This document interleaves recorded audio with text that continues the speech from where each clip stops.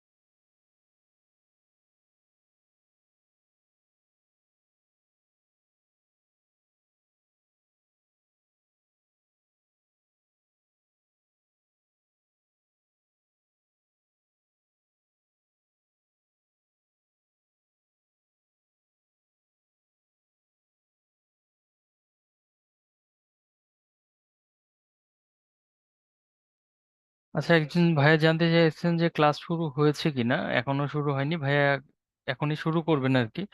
তো একটু অপেক্ষা করুন, ভাইয়া 2-1 মিনিটের মধ্যে শুরু করবে।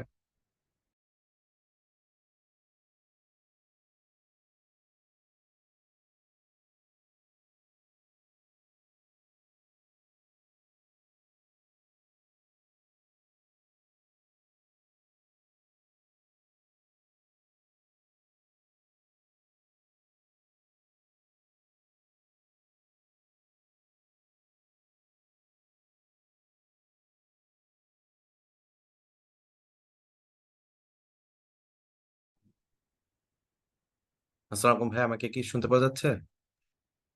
জি ভাইয়া, শুনতে পাচ্ছি ভাইয়া। ওকে,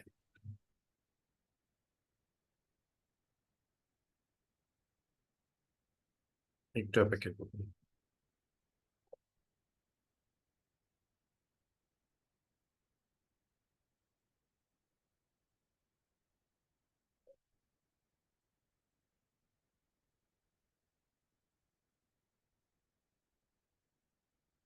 ওকে।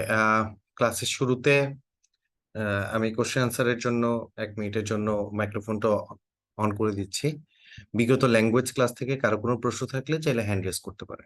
বিগত ল্যাঙ্গুয়েজ ক্লাস থেকে কোনো প্রশ্ন বা কোয়েরিজ থাকলে চাইলে হ্যান্ড রেজ করতে পারেন।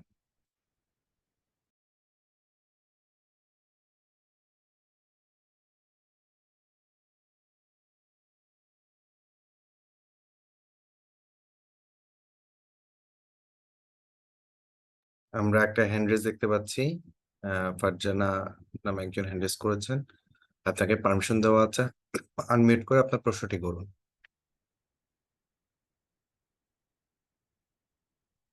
ফারজানা, আপনি কি শুনতে পাচ্ছেন? আপনাকে পারমিশন দেওয়া আছে, আনমিউট করে আপনার প্রশ্নটি করতে পারেন।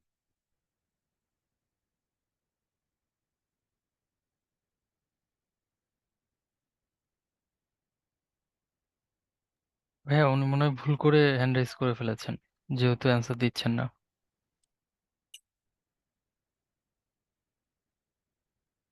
আমরা পরের হ্যান্ড রেজের জন্য ওয়েট করতে হবে।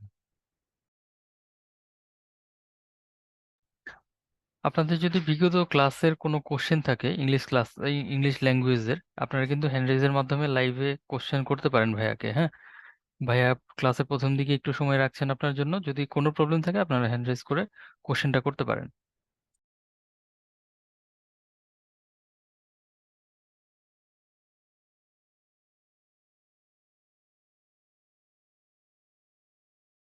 ওকে। তো খুব সম্ভবত কারো কোনো প্রশ্ন নাই, তাহলে আমি আমার আজকের ক্লাস দিয়ে লেকচারটা শুরু করতে যাচ্ছি। আজকে আমরা 46তম বিসিএস প্রিলিমিনারি ফুল কোর্সের ইংরেজি ভাষা অংশের তৃতীয় লেকচারে আপনাদেরকে স্বাগতম জানাচ্ছি। ভোকালে আছে আমি আবরার, কিউএনএ তে থাকবেন আপনাদের প্রিয় আরাফাত ভাইয়া। আজকে আমরা অ্যাডজেক্টিভ ডিগ্রি এবং এই দুইটা টপিক নিয়ে আলোচনা করব। তো ক্লাসের শুরুতে তো আপনাদের সাথে কি এটা আমার প্রথম ল্যাঙ্গুয়েজ ক্লাস? লিটারেচার প্রবলি নিয়েছে, ল্যাঙ্গুয়েজ কি নিয়েছে আপনাদের সাথে?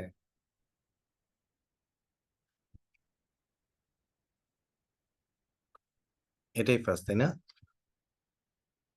ওয়ালাইকুম আসসালাম। আচ্ছা। সো ইংরেজি ভাষা অংশে বিসিএস এ মার্কস কত জানেন? ল্যাঙ্গুয়েজ গ্রামার পোর্শনে? আচ্ছা, গতদিন আমাকে পেয়েছে। হ্যাঁ, হ্যাঁ, ইংরেজি ভাষা অংশে মোট মার্কস হচ্ছে 20 মার্কস। এখানে একটা মজার ব্যাপার হচ্ছে যে এই 20-এ কত তোলা সম্ভব? ভালো মতো পড়লে কত তোলা সম্ভব, এনি আইডিয়া?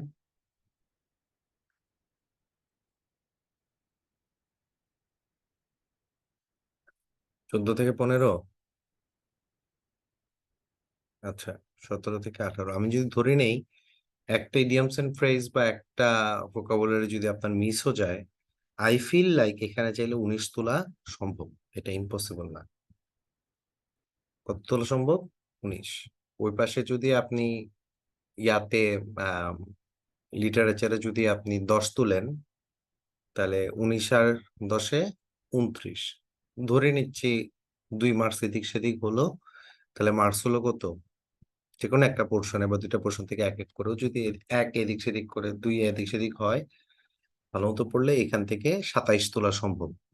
35-এ ইংরেজি অংশে চাইলে কত তোলা সম্ভব? 27 ইংলিশ দিয়ে তোলা সম্ভব। আপনার বাংলাতে যদি আপনি 35-এ 20 পান, কত হয়? 27 আর 20-এ 47। কেউ একটু হিসাবটা রাখবেন। 47। বাংলাদেশ বিষয়াবলিতে আছে আমাদের 30 মার্কস। বাংলাদেশ বিষয়াবলিতে যদি 20 তোলা সম্ভব হয়, কত হলো?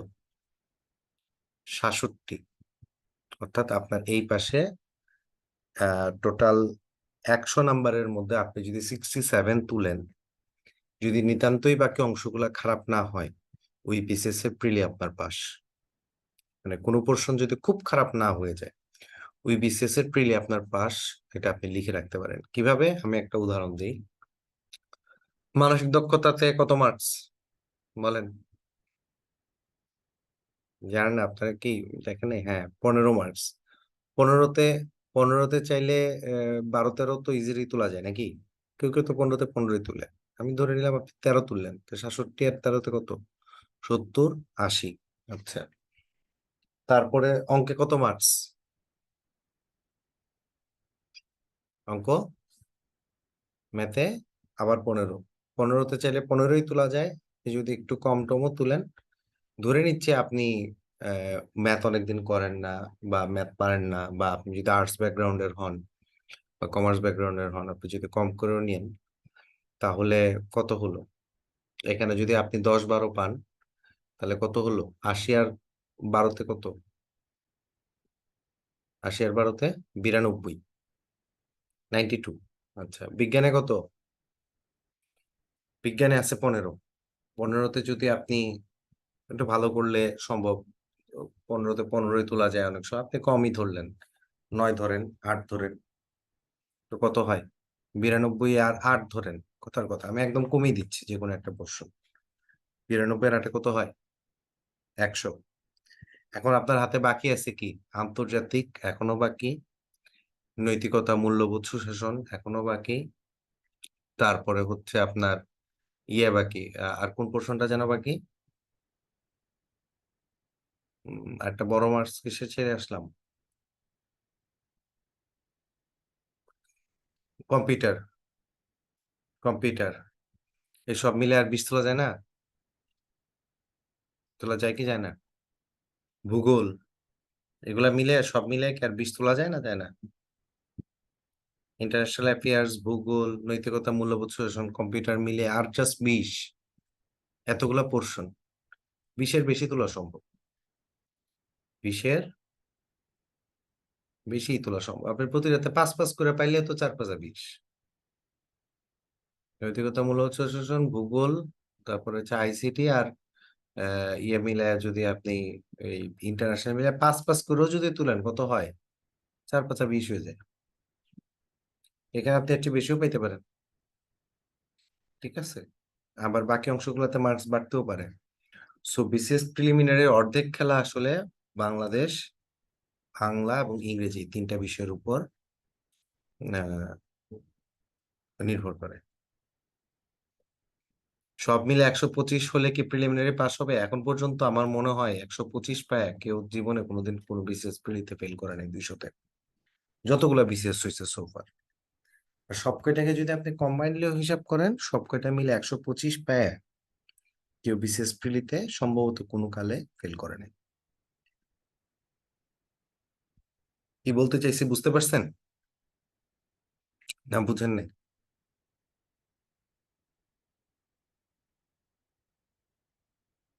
তো হ্যাঁ, 62.5%, এটা হচ্ছে বিষয়। এর মধ্যে ইংরেজি ল্যাঙ্গুয়েজ অংশটাকে আমার বিশ্বাস আপনাদের সবচেয়ে গুরুত্ব দিয়ে পড়া উচিত, এই কারণে, কারণ যে চাকরির পরীক্ষায় দিতে যাবেন, ইংরেজি ল্যাঙ্গুয়েজ অংশটা কমন। এটা ছাড়া কোনো চাকরির পরীক্ষা নাই। হ্যাঁ, যে কোনো চাকরির পরীক্ষা আপনি যদি যে সকল পরীক্ষাতে, বেসরকারি পরীক্ষাতে বাংলা আসে না, ওই সকল পরীক্ষাতেও ইংরেজি আসে। বুঝছেন?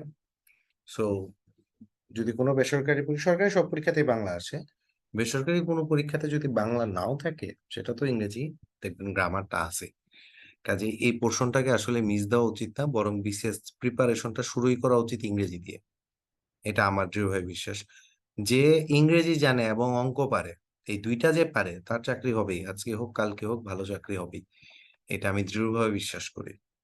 আপনারা আমার সাথে এগ্রি করেন যে ইংরেজিতে ভালো এবং অঙ্কে ভালো একই ব্যক্তি যদি ইংরেজি এবং অঙ্কে ভালো হয়, হ্যাঁ, আর টুকটাক বাংলাটা যদি পড়ে, তার চাকরি হবেই।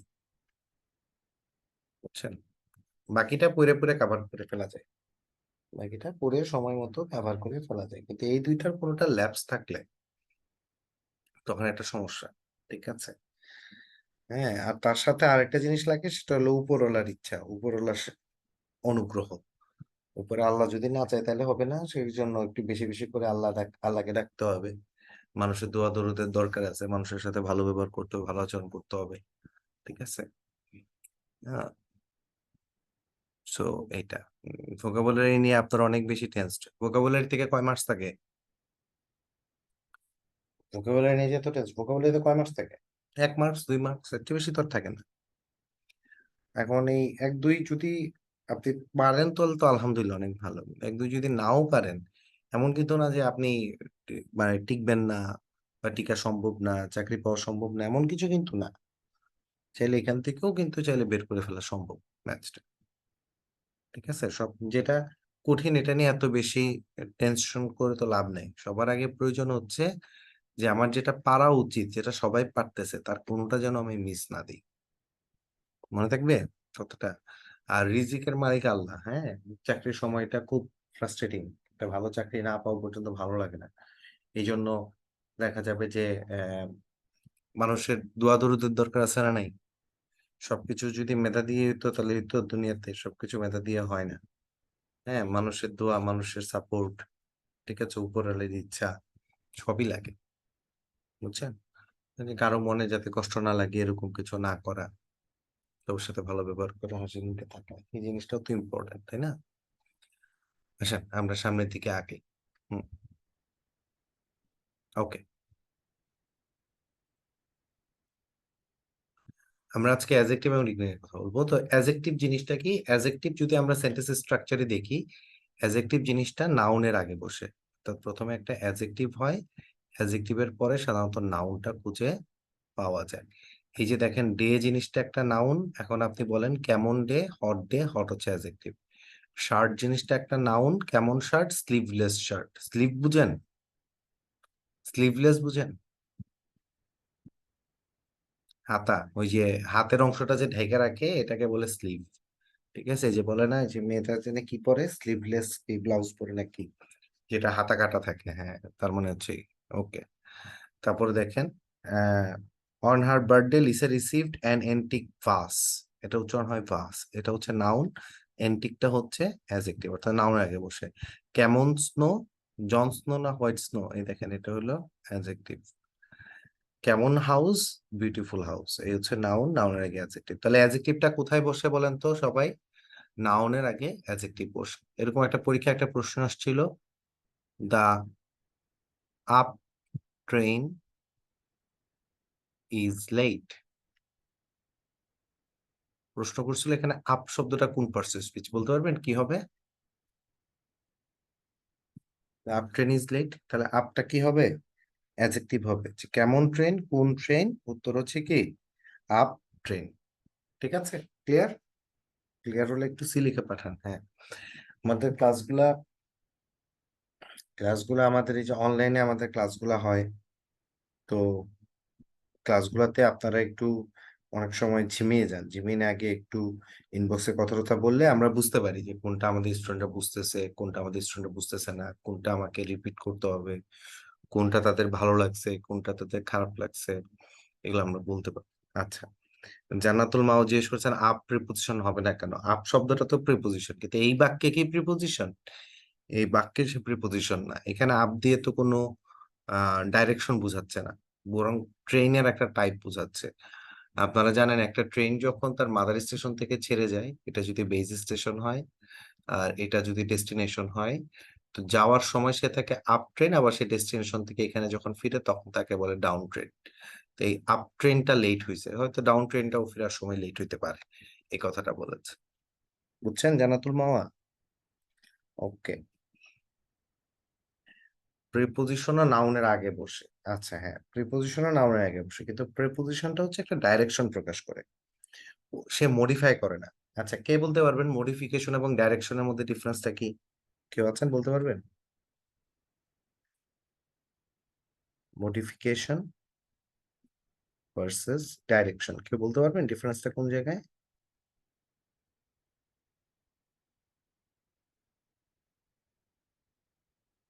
কেউ বলতে পারবেন না?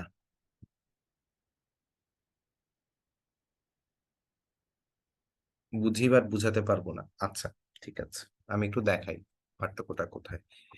এটা বোঝানোর জন্য, হুম, যেহেতু একটা প্রশ্ন আসছে, আপনারা হয়তো অনেকেই জানেন জিনিসটা, কিন্তু কেউ একজন তো জানে না, তাকে তো আমার বুঝাতে হবে। হ্যাঁ, তাকে তো না বুঝে আমি চলে যেতে পারি না। এই জন্য আমি তার জন্য একটু বুঝিয়ে দিচ্ছি ঘটনাটাকে। I see I see a bird in the sky. আমরা যদি লক্ষ্য করি, so this is our sky. স্কাইটাকে আমি একটা ফ্রেমে আবদ্ধ করলাম, বার্ডটা আছে এই স্কাইয়ের মধ্যে। So this is the direction. এখানে বার্ডটার কোনো ক্যারেক্টারিস্টিক্স প্রকাশ করতেছে না। কি বলেছি কথাটা? বার্ডটার কোনো ক্যারেক্টারিস্টিক্স প্রকাশ করছে না, বরং বার্ডটা কোথায় আছে, তার লোকেশনটা কোথায়, সেই স্কাইয়ের কোন জায়গায় সেটাকে নির্দেশনা দিচ্ছে। ইন দ্যাট কেস দেখেন, একটা নাউন থাকে, এখানে একটা নাউন থাকে, প্রিপোজিশনটা সাধারণত দুইটা নাউনের মধ্যে ডাইরেকশনটা প্রকাশ করে। বার্ডটা স্কাইয়ের কোন জায়গায় আছে, আমি কি বুঝাতে পারছি? দেখেন তো, যিনি বুঝেন নাই তিনি বুঝতে পারছেন কিনা। এক্ষেত্রে ইন কোনোভাবে স্কাইকে মডিফাই করতেছে না, সে বরং স্কাইয়ের সাপেক্ষে বার্ডটার লোকেশনটা নির্দেশ করতেছে। অন দ্য আদার হ্যান্ড, আমি যদি বলি I see a white bird, এই জায়গায় এই বার্ডটা কেমন, বার্ডটার বৈশিষ্ট্যটা কি, সেটা হোয়াইট শব্দটা প্রকাশ করছে। আপনি যদি জিজ্ঞেস করেন কেমন বার্ড, আপনি উত্তর পাবেন হোয়াইট বার্ড। এখন আপনি প্রশ্ন করেন কেমন স্কাই, উত্তর পাবেন না ইন স্কাই। আমি কি বুঝাতে পারছি কথাটা? কেমন স্কাই, ইন স্কাই এটা কিন্তু না, স্কাইয়ের মধ্যে বোঝাচ্ছে, কিন্তু সে কিন্তু কোনো মডিফিকেশন দিচ্ছে না। এইটাকে আমরা বলি, এটাকে আমরা বলি মডিফিকেশন, এটাকে আমরা বলি ডাইরেকশন। আপনার প্রশ্নটা ঠিক আছে যে প্রিপোজিশন তো নাউনের আগেও বসে।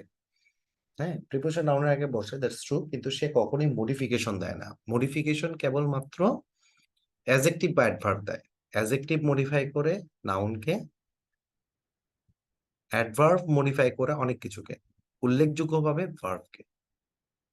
কনসেপ্ট ক্লিয়ার হলে একটু ইয়েস লিখেন, কনসেপ্টটা না বুঝা গেলে নো লিখেন। ওকে, আসেন আমরা তারপরের দিকে যাই।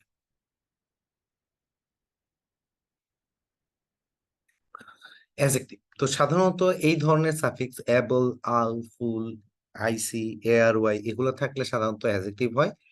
আমরা কি এই লিস্টটা মুখস্থ করব? আপনাদের কি মনে হয় এটা আমাদের মুখস্থ করার দরকার আছে, যে আমরা ফুল মুখস্থ করে ফেলাবো কি কি আছে সাফিক্স, এটা করব না, বরং এটা দেখাতে আমাদের কি তৈরি হবে, একটা আইডিয়া তৈরি হবে যে কি কি থাকলে সাধারণত হয়। ধরেন কথার কথা, আপনার কাছে একটা শব্দ দেওয়া হলো যে হ্যাঁ, ইনক্রেডিবল শব্দটা কোন পার্টস অফ স্পিচ, কিংবা ধরেন আপনাকে প্রশ্ন করা হলো হার্মফুল শব্দটা কোন পার্টস অফ স্পিচ, সহজ দিয়ে দেয়, আপনি জানেন না এটা কোন পার্টস অফ স্পিচ। এখন ফুলযুক্ত আর কি কি শব্দ পাওয়া যায়? বিউটিফুল করা যায় না? বিউটিফুল। তারপরে করা যায় হচ্ছে কি হেল্পফুল। এখন হেল্পফুল, বিউটিফুল কি অ্যাডজেক্টিভ, তাহলে most likely that harmful will also be adjective. কথাটা কি বুঝতে পারছি? আবার হার্মফুল যদি অ্যাডজেক্টিভ হয়, তাহলে গ্রেটফুলও কি হবে, অ্যাডজেক্টিভ হবে। ওয়ান্ডারফুলও কি হবে, অ্যাডজেক্টিভ হবে। সাফিক্স গুলো সাধারণত একই রকমই থাকে, তবে এখানে একটা উল্লেখযোগ্য সাফিক্স আছে, এটা হচ্ছে এল। এল সাফিক্স না, আমি আপনাদেরকে একটা রুল বলে দিই, যদি ভার্বের সাথে এল যুক্ত হয় সেটা নাউন হয়, আর যদি নাউনের সাথে এল যুক্ত হয় সেটা অ্যাডজেক্টিভ হয়। ব্যাপারটা একটা উদাহরণ দিলে বোঝা যাবে।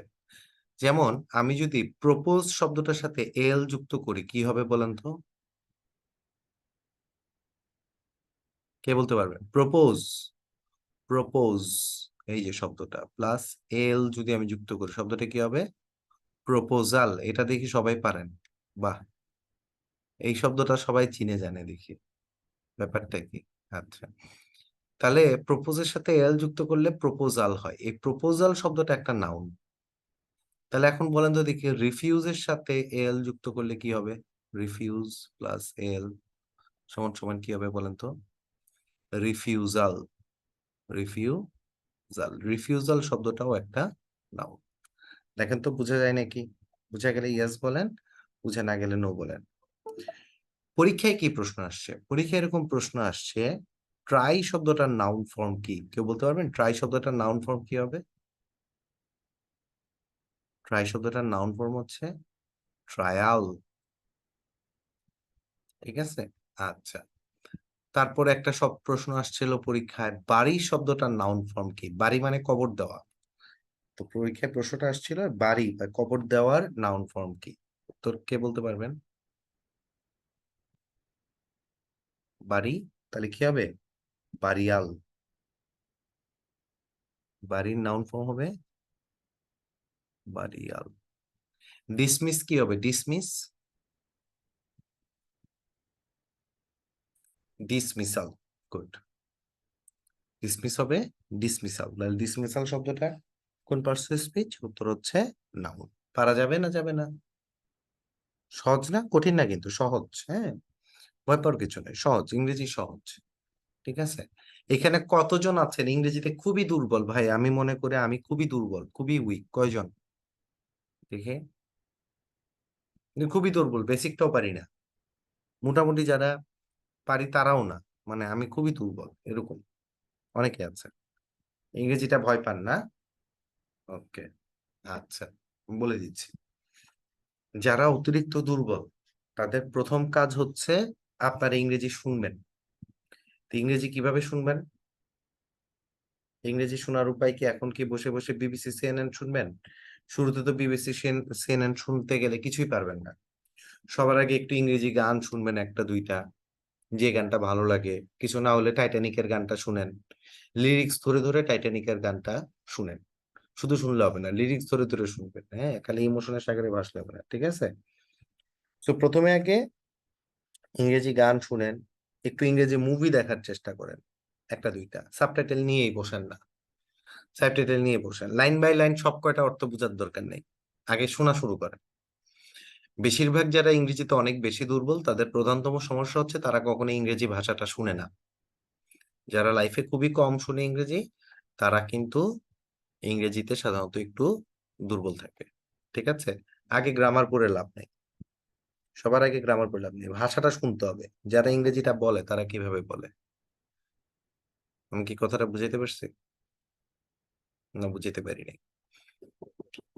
আচ্ছা, সবাই একটু লাইনে দাঁড়ান, আপনারা, আমি একটু আসতেছি।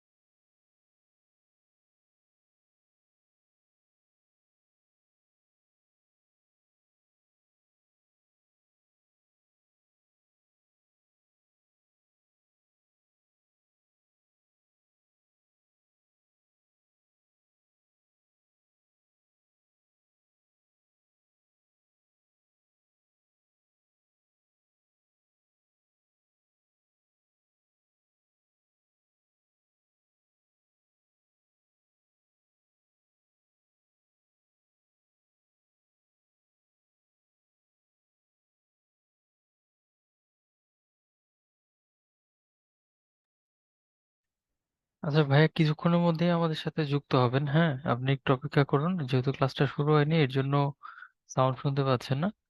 আমরা যোগাযোগ করছি ভাইয়ের সাথে। ভাই আসসালামু আলাইকুম। হ্যাঁ, জি ভাই। হ্যালো। ভাই একটু আর্জেন্ট ইস্যু, আমি একটু 3 মিনিটের ব্রেক দিচ্ছি, হ্যাঁ তারপর আমি ব্যাক করি একটু আচ্ছা ঠিক আছে ভাইয়া। অফিসিয়াল কাজ। হ্যাঁ আমি একটু প্রিয় শিক্ষার্থী ভাই এবং আপুরা, আমাদের ঘড়িতে এখন 7টা 8 বাজে। আপনারা একটু কিছুক্ষণ পরে আসেন, 7টা 15-তে আসেন, আমি আবার শুরু করতেছি। হ্যাঁ, ছোট্ট একটা ব্রেক দিচ্ছি।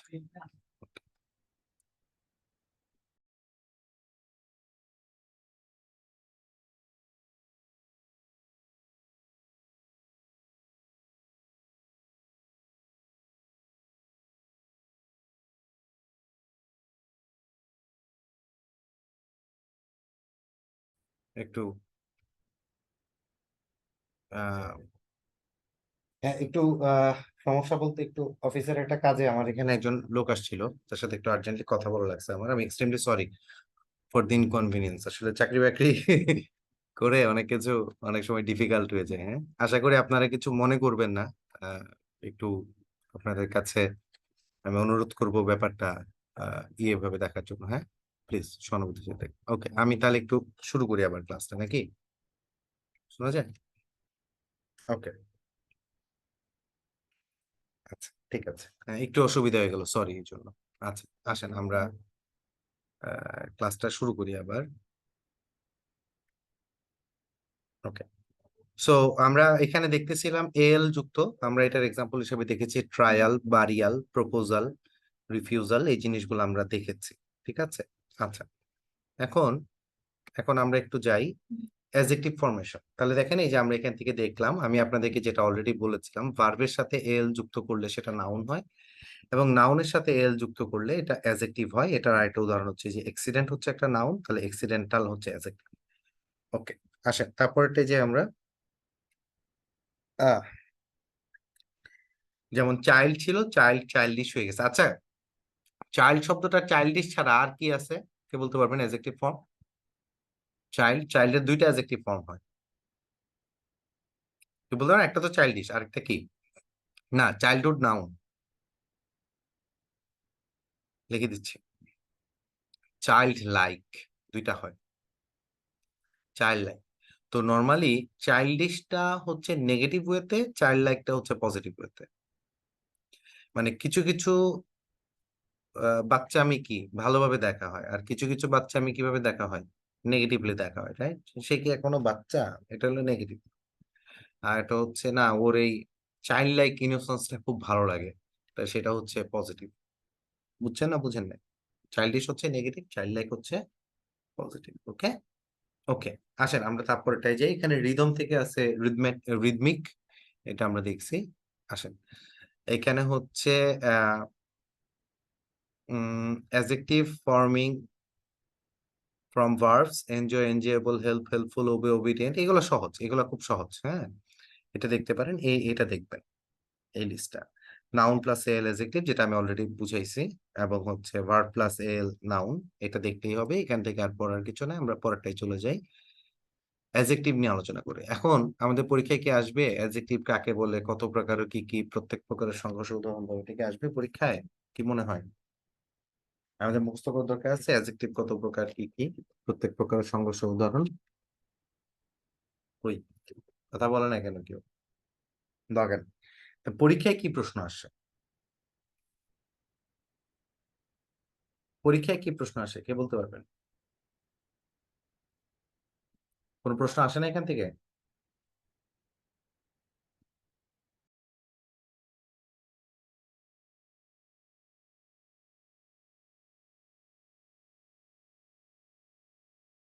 অনেক সময় আমাদের একটা দুইটা অ্যাডজেক্টিভ তুলে দিয়ে জিজ্ঞেস করে এটা কি টাইপের অ্যাডজেক্টিভ।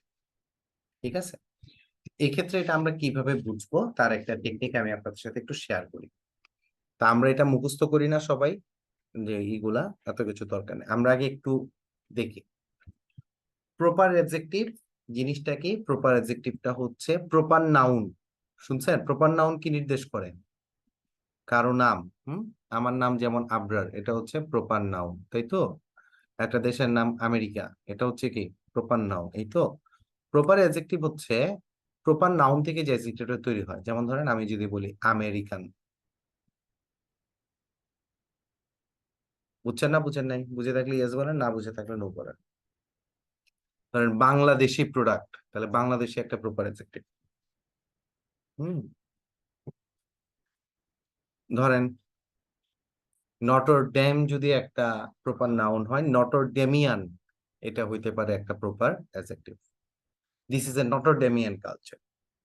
ঠিক আছে, এরকম আমরা বলি না অনেক সময়? তার মানে কি, নটর ডেম কলেজের ছাত্রদের মধ্যে এই ধরনের কালচার দেখতে পাওয়া যায়, তখন আমরা বলি নটর ডেমিয়ান। আমরা যে কোনো কিছু আজকাল স্কুল কলেজের নামগুলোর সাথে আন যুক্ত করি না, এগুলো সব প্রপার অ্যাডজেক্টিভের উদাহরণ।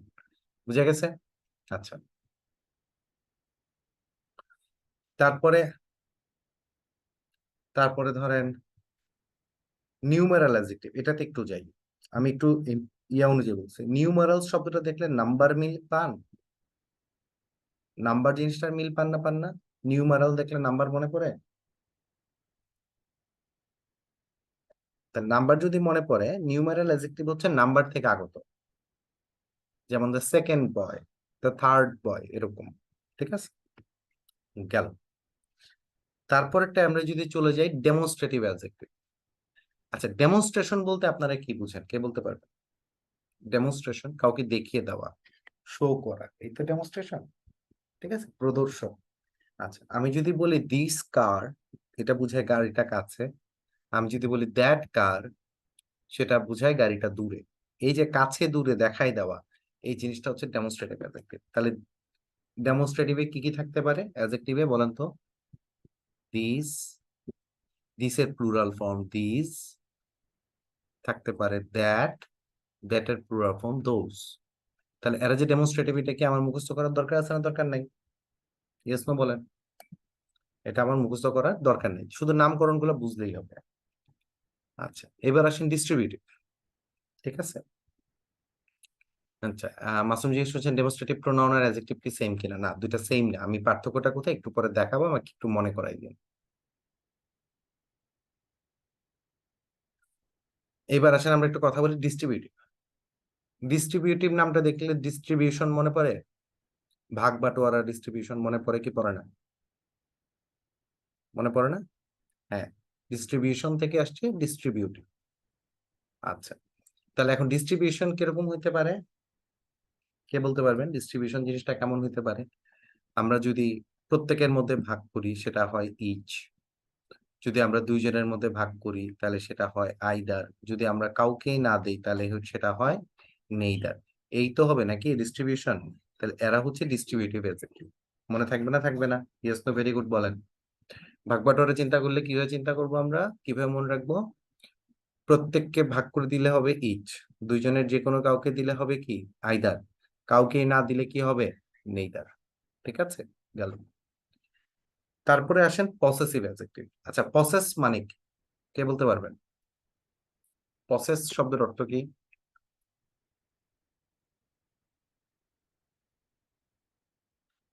পসেস মানে হচ্ছে কোন একটা কিছুর মালিক হওয়া।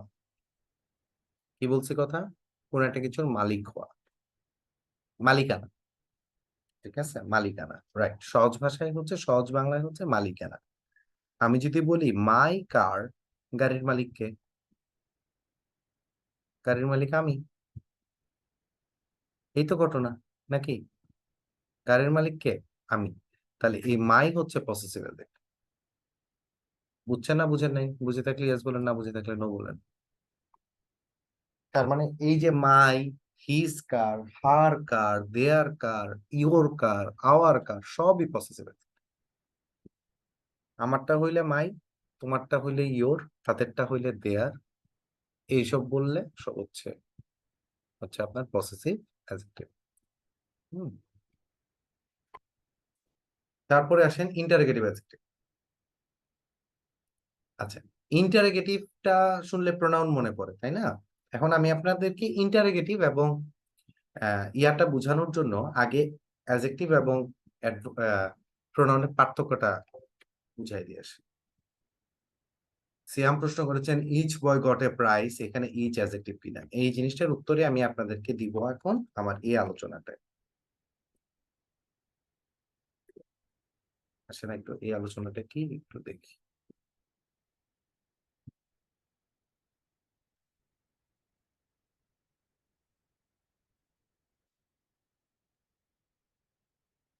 একটু দেখি। প্রথমত হচ্ছে উম, ধরেন আমি যদি দুইটা জিনিস লিখি, ইচ অফ আস, আর একটা লিখলাম each of us, each of us went there, আমরা প্রত্যেকেই ওখানে গেছিলাম। একটা লিখলাম ইচ বয় ওয়েন্ট দেয়ার, এটা আমরা লিখলাম। দুইটা কি একই স্ট্রাকচার ইচের নাকি আলাদা আলাদা স্ট্রাকচার, কে বলতে পারবে? দুইটা একই স্ট্রাকচার নাকি আলাদা আলাদা স্ট্রাকচার? আলাদা আলাদা স্ট্রাকচার। দুইটি স্ট্রাকচারের মধ্যে পার্থক্যটাকে আমরা যদি দেখি, দেখেন এইটা একটা নাউনের জায়গা যেখানে একটা প্রোনাউন বসছে, এটা আরেকটা নাউনের জায়গা যেখানে একটা প্রোনাউন বসছে, মাঝখানে প্রিপোজিশনটা সম্পর্ক স্থাপন করছে। এই জায়গায় দেখেন এটা একটা নাউন যাকে এই ইচ মডিফাই করতেছে। সো এই ইচটা হচ্ছে প্রোনাউন, এই ইচটা হচ্ছে অ্যাডজেক্টিভ। পরের ইচটা কি? এটা হচ্ছে একটা অ্যাডজেক্টিভ। লক্ষ্য করেন, হোয়াট ইজ ইয়োর নেম, এইখানের হোয়াট সাবজেক্টের জায়গায় বসেছে, ইজ ভার্ব তাকে ফলো করছে। নিচেটা দেখেন, what book do you want,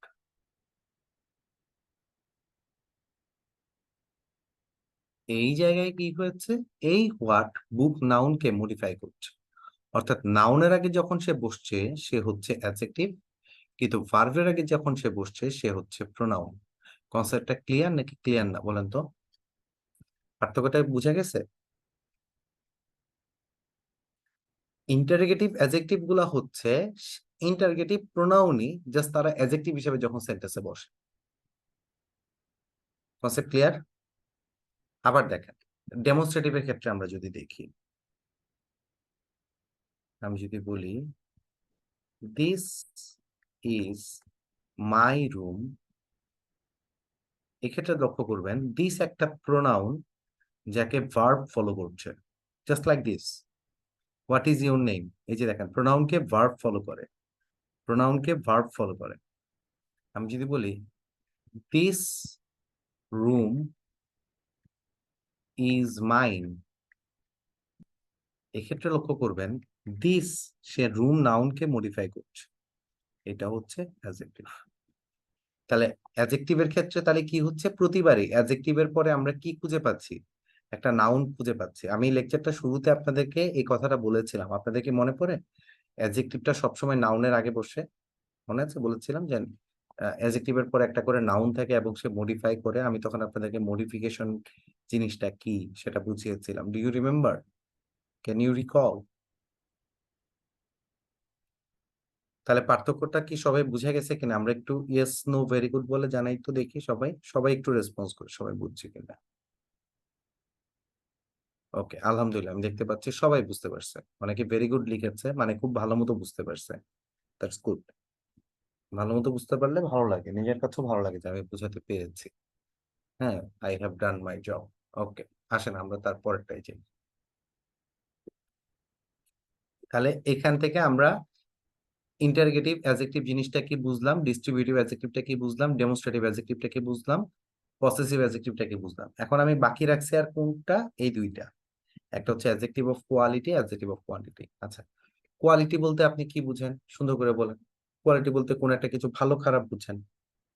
তাহলে এই যে আপনি যখন বলেন ভালো, গুড, একটা জিনিস খারাপ হলে আপনি বলেন ব্যাড, এগুলো হচ্ছে অ্যাডজেক্টিভ অফ কোয়ালিটি।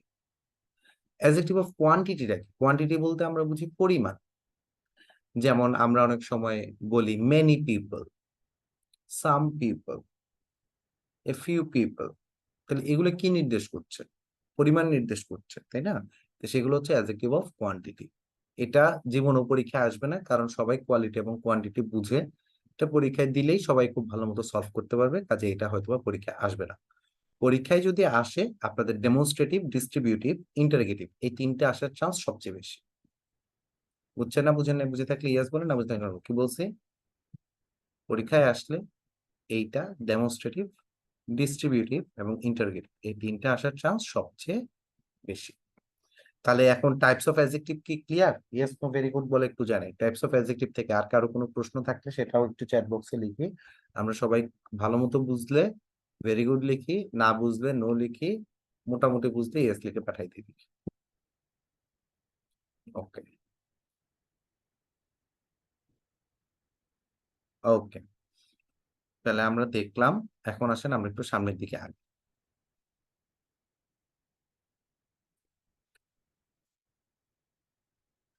আচ্ছা, প্রশ্ন দেখলে আরো ক্লিয়ার হবে। প্রশ্ন আপনারা দেখতে পারবেন শেষে ইনশাল্লাহ, বা হাতে কোশ্চেন ব্যাংক থাকলে এখনো বসে বসে দেখতে পারেন, কিন্তু আমি সাজেস্ট করবো যে ভিডিও তো থেকে যাবে, আপনারা আপাতত ক্লাসটা করেন, তারপরে হচ্ছে প্রশ্ন দেখেন, সমস্যা নেই। আচ্ছা, এত কিছু পড়ার দরকার নাই। প্রেডিকেটিভ, অ্যাট্রিবিউটিভ এগুলা চাইলে স্কিপ করতে পারেন, তারপরে আমি জানাই দিই। অ্যাডজেক্টিভটা যদি আগে বসে তাকে বলে অ্যাট্রিবিউটিভ, আর অ্যাডজেক্টিভটা যদি পরে বসে তাহলে হচ্ছে সেটা প্রেডিকেটিভ। যেমন হির মডিফায়ার ইন্টেলিজেন্ট, কিন্তু সে পরে বসছে কাজে সে প্রেডিকেট। আর যদি যে বয়ের মডিফায়ার ইন্টেলিজেন্ট, সে আগে বসছে কাজে হচ্ছে সে অ্যাট্রিবিউট। এটা কোনো সমস্যা না। ওকে, আসেন তারপরটা আমরা চলে যাই। Which one is interrogative adjective? ঠান্ডা মাথায় চিন্তা করে উত্তর দিবেন, ঠিক আছে? আমি পুরো কোশ্চেনটা লঞ্চ করি। পোজ কোশ্চেন নাম্বার 1 দেখি এটা আপনার কেমন পারে।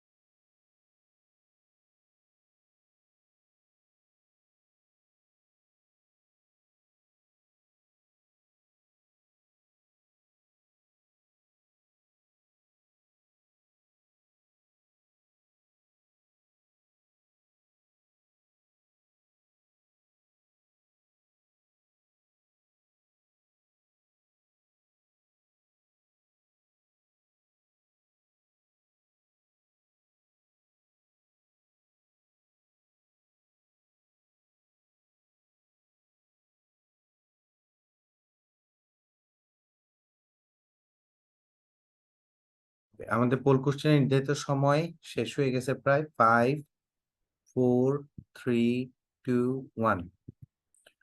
আমি পোল কোশ্চেনটা এন্ড করে দিচ্ছি। আপনাদের মধ্যে 81% সঠিক উত্তর দিয়েছেন, বাকি 19%-এর হলোটা কি? একজন দাগ দিয়েছে হু ওয়ানে, কেন? একজন দাগ দিয়েছেন অলে, একজন না বেশ কয়েকজন অলে দাগ দিয়েছেন। আই হাই, এরকম করলে কিভাবে হবে? হুম, ক্যাডার পেতে হলে কিন্তু ভালো মতো পড়তে হবে, ঠিক আছে? হুম, মনোযোগ দিয়ে দেখতে হবে, ঠিক আছে? আপনারা কি জানেন বিসিএস ভাইভাতে অনেকগুলো অ্যাট্রিবিউট দেখে একজন মানুষের ক্যাডার সিলেকশনের জন্য? সবচেয়ে বেশি কি দেখে জানেন? বলতে পারবেন কি দেখে? কি কি কারণে, মানে এটা ইন ইন আদার সেন্স আমি কথাটা একটু ঘুরিয়ে বলি। কি কি কারণে একজন বিসিএস ভাইভা বোর্ডে ফেল করতে পারে, বলতে পারেন?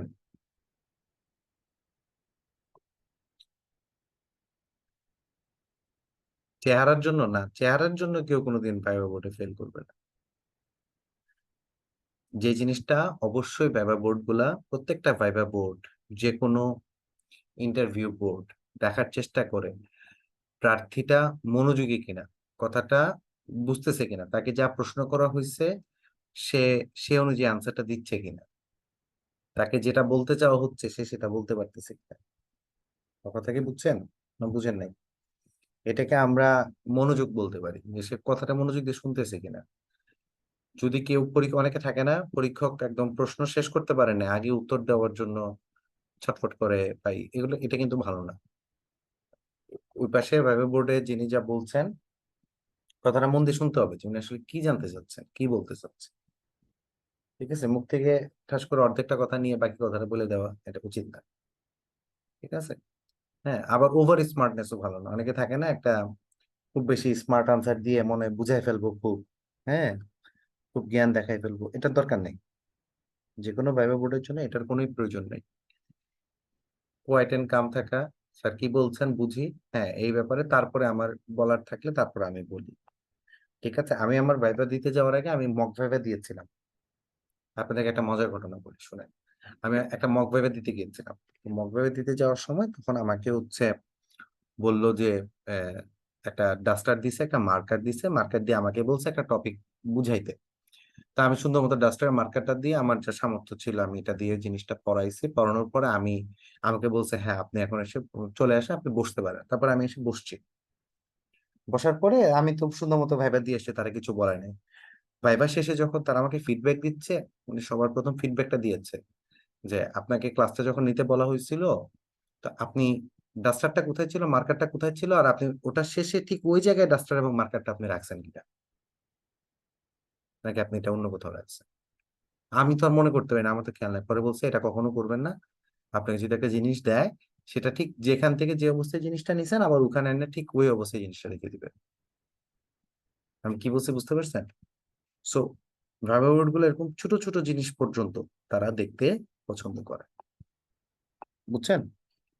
এই জন্য ফলো আপ এবং অ্যাটেনশন এই দুইটাই খুবই ইম্পর্টেন্ট, মনে থাকবে। আপনারা আমার সবাই ছোট ভাই বোনের মতো, এই জন্য আমি বলছি আর কি, বুঝছেন? হম, এই জন্য বললাম সবসময় হ্যাঁ, ফলো আপ এবং অ্যাটেনশন দুইটাই খুবই ইম্পর্টেন্ট। ওকে, আচ্ছা আমরা তাহলে এখান থেকে সঠিক উত্তর কি হবে?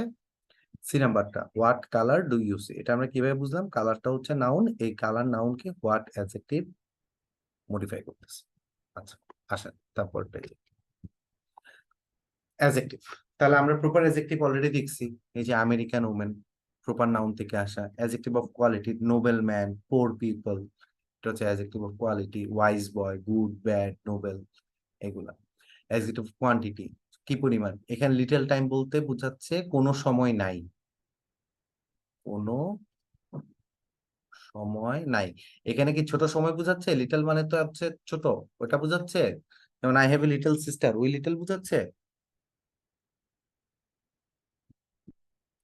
বলেন তো, I have a little sister এটা এটা না, এটা না, ঠিক আছে, এটা আরেকটা। হ্যাঁ, এটা মাথায় রাখতে হবে। ওকে, তারপরে এনাফ ফুড, যথেষ্ট পরিমাণ ফুড আছে, কোয়ান্টিটি বোঝাচ্ছে।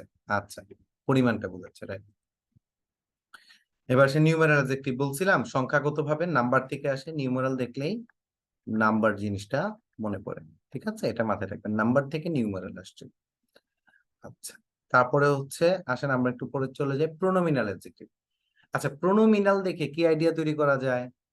প্রোনোমিনাল শব্দটা কিসের থেকে এসে থাকতে পারে? Any idea? প্রোনোমিনাল শব্দটা দেখলে কোনটার কথা মনে পড়ে বলেন? প্রোনাউনের কথা মনে পড়ে, ভেরি গুড, প্রোনাউনের কথা মনে পড়ে। তাহলে আমাদের এমন কিছু অ্যাডজেক্টিভ আছে যেগুলা চাইলে প্রোনাউনও হতে পারে, যেগুলা চাইলে অ্যাডজেক্টিভও হতে পারে। যেমন একটু আগে আমি দেখাইছি ডিস্ট্রিবিউটিভের ক্ষেত্রে ইচ, এনি, এরকম ছিল না? আবার এনি, এনি দেখেন সে অ্যাডজেক্টিভও এই প্রোনাউনও হইতে পারে, সে অ্যাডজেক্টিভও হইতে পারে। ইচ সে প্রোনাউনও হতে পারে, অ্যাডজেক্টিভ হতে পারে, সেটা হচ্ছে প্রোনোমিনাল অ্যাডজেক্টিভ। এটার মধ্যে একটা পোর্শন হচ্ছে কি কি, ডিস্ট্রিবিউটিভ, তারপর হচ্ছে ডেমনস্ট্রেটিভ, তারপর হচ্ছে পসেসিভ, ইন্টারগেটিভ। রিলেটিভ অ্যাডজেক্টিভটা লাগে না, এটা চাইলে স্কিপ করতে পারেন, বাট বাকি তিনটা কি পারা যাবে কিনা দেখেন তো। ডেমনস্ট্রেটিভ, ডিস্ট্রিবিউটিভ, পসেসিভ, ইন্টারগেটিভ, এই চারটা কি বোঝা যায়? আমি দেখাইছিলাম একটা স্লাইড করে আলাদা লিখে লিখে, মনে পড়ে যে কিভাবে একই শব্দগুলা অ্যাডজেক্টিভও হয়, ইয়াও হয়, প্রোনাউনও হয়? মনে পড়ে না পড়ে না? স্লাইডটা দেখাবো একবার। এই যে এই স্লাইডটার কথা বলছি। এই যে দেখেন, আমি প্রতিটা কেসে কেসে গিয়ে দেখাইছি, এটা কোনটা? এটা হচ্ছে ডিস্ট্রিবিউটিভেরটা, প্রোনাউন ভার্সেস অ্যাডজেক্টিভ, এই কেসটা। তারপর এটাকে কি বলেছিলাম, এটাও কি ছিল? এটা ছিল হচ্ছে ডেমনস্ট্রেটিভের। এটা কোনটা ছিল বলতে পারবেন? এটা ছিল কোনটা? এটা ছিল হলো ইন্টারগেটিভের।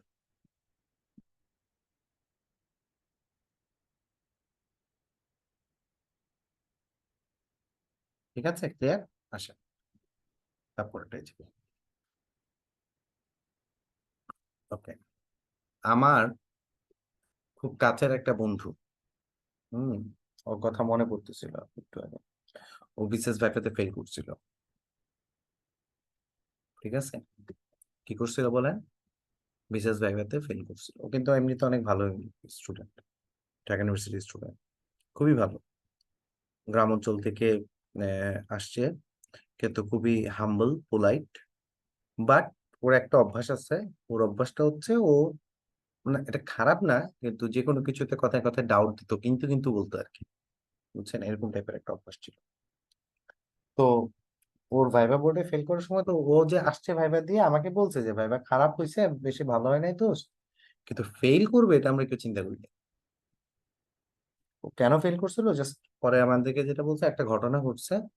সেটা হচ্ছে কি, কোনো একটা আনসার মানে ও দিছে, দেওয়ার পরে তারপরে পরীক্ষক একটা আনসার সম্ভবত এক্সপেক্ট করছিলেন, তো উনি একটা হিন্ট দিছেন আনসারটা এরকম হইতে পারতো কিনা।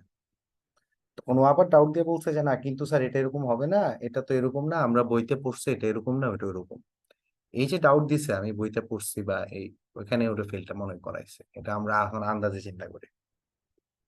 সো কিন্তু কিন্তু কথা করা, কথায় কথায় ডাউট দেওয়া, এটা আসলে অনেকেই পছন্দ করেন না। মুরব্বী শ্রেণীর মানুষের সাধারণত বিশেষ ভাইবা নেন। মুরব্বীরা কি এটা পছন্দ করেন? কি মনে হয়, সিনিয়ররা এটা পছন্দ করেন? অফিসের বস পছন্দ করে যে এমপ্লয়ি খুব বেশি ঘন ঘন ডাউট দেয়? অফিসের বস তারা পছন্দ করে? মুরব্বী শ্রেণীর কোনো মানুষই এটা পছন্দ করে না। বন্ধু বান্ধবরা তো সমস্যা নেই, হ্যাঁ, কাছের মানুষজন, পরিবারের মানুষজন, খুব বেশি সমস্যা নেই, কিন্তু অনেক সময় মুরব্বী শ্রেণীর মানুষ, একটু উপরের শ্রেণীর মানুষ, তারা কিন্তু এটা পছন্দ করেন না। হয়তো মুখে অনেক সময় কিছু বলেন না, কিন্তু তারা যে, সবাই এরকম নাও হইতে পারে, বাট অনেকেই এটা পছন্দ করেন না, একটু ডাউট দিলে বা ই করলে তারা একটু মাইন্ড করেন। তো এরকম একটা ঘটনা থেকে সে কিন্তু ফেল করছে। ঠিক আছে, আমি আপনাদেরকে এগুলো কেন ছোট ছোট করে বললাম, আপনারা যেহেতু বিসিএস লাইনের প্রিপারেশন নিচ্ছেনই, ঠিক আছে, সুতরাং আপনারা আহ আহ কি বলে, এই ধরনের জিনিসগুলা, নিজেদের কথা বলার স্টাইল বা এই আরো কিভাবে হাম্বল হওয়া যায়, আরো কিভাবে পোলাইট হওয়া যায় মানুষের প্রতি, চেষ্টা করবেন। এতে কি দোষের কিছু আছে? পোলাইট হলে, হাম্বল হলে দোষের কিছু আছে? ও এখন কোথায় আছে? ও এখন আলহামদুলিল্লাহ ও ভালো আছে, এমনিতে এমনিতে এখনো একটা সরকারি ব্যাংকে সিনিয়র অফিসার হিসেবে আছে। আহ, ভালো ছাত্র, তো পড়াশোনা পারে, একটা না একটা তো অবশ্যই সে ভালো করবে, কিন্তু এই জিনিসটার জন্য সে একবার বিশেষ ভাবে ফেল করছিল, এই ঘটনাটা বললাম আর কি। ঠিক আছে, হম, আসেন আমরা সামনের দিকে যাই। আর একটু একটু বেশি হাম্বল হইতে তো সমস্যা নেই, একটু পলিটিক তো সমস্যা সমস্যা আছে। কোঅপারেটিভ হইতে, একটু হাম্বল হইতে, একটু পলিটিক, এটা কি খারাপ? বলেন, এটা কি কোনো দিক থেকে খারাপ? বিসিএস বাদই দেন না, বিসিএস এর দরকার নেই, কিন্তু সব দিক থেকে সবার সাথে ভালো আন্তরিক হওয়া, ঠিক আছে, তাহলে খারাপ না। আবার এক্সাম দেয় নাই, আবার তো এক্সাম তো দিছে, হয় নাই আর কি, পরে আর প্রিলি, ঠিক আছে, হয়নি। হম, হয়নি। আচ্ছা, আসেন সামনের দিকে। This that this those such, এগুলো হচ্ছে ডেমনস্ট্রেটিভ, এটা আমরা দেখছি। ডিস্ট্রিবিউটিভ, ডিস্ট্রিবিউটিভ এর ক্ষেত্রে ইচ, এভরি, আইদার, নেইদার বলছি না, এগুলো হচ্ছে ডিস্ট্রিবিউটিভ, বলছিলাম না, সবার মধ্যে, দুজনের মধ্যে যে কোনো একজনকে, কাউকে না, ঠিক আছে। ওকে, আসেন আমরা তারপরটাই যাই। আচ্ছা, ইন্টারোগেটিভ পড়াইছি। হোয়াট, হুইচ, হুজ দেখাইছিলাম পার্থক্য, এই যে হুইচ জ্যাকেট, জ্যাকেটটা হচ্ছে নাউন। হোয়াট বুক, এখানে বুকটা হচ্ছে নাউন। হোয়াট, হুজ ফোন, এটা হচ্ছে নাউন, নাউনের আগে বসে তারা দেখাইছে।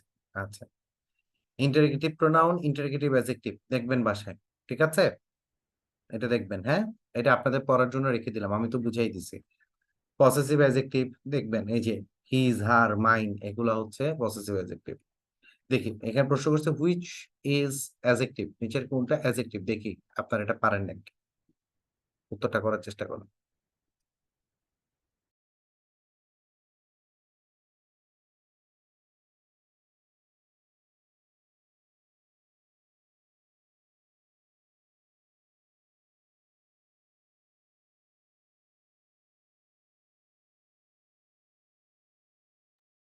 এই যে প্রশ্ন করছেন ভাইভাতে ফেল করলে আবার প্রিলি থেকে এক্সাম দিতে হয় কেন? ও বাবা, 100-তে 100 অবশ্যই দিতে হবে। হ্যাঁ হ্যাঁ, নাইলে তো 100-তে 100 আবার প্রিলি থেকে স্টার্ট। ভাইভা ফেল মানে হলো আবার যেখানে ছিল সেখান থেকে আবার শুরু। ঠিক আছে?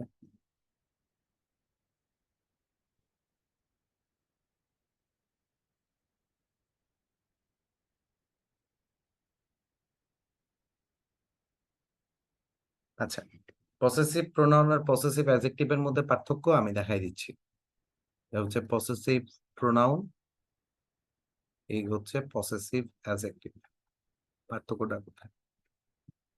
ধরেন ইওর ক্ষেত্রে এটা হয় ইওর, এটা হয় ইয়োর্স। এখানে হয় মাই, এখানে হয় মাইন। এখন বুঝতে পারতেছেন? ধরেন এখানে হবে দেয়ার, এটা হবে দেয়ার্স।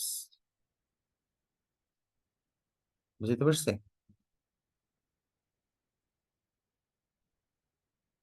ওকে। হিজের ক্ষেত্রে দুইটা ফর্ম সেম, এটাও হিজ, এটাও হিজ। হিজের দুইটা ফর্ম সেম, ঠিক আছে? হারের ক্ষেত্রে এটা হয় হার, এটা হয় হার্স। দুইটা জায়গায় ফর্মটা সেম থাকে, একটা হচ্ছে হিজের ক্ষেত্রে আর একটা হচ্ছে ইটস এর ক্ষেত্রে। ইটস এবং ইটস, এই দুইটা আবার সেম, বাকিগুলো আলাদা।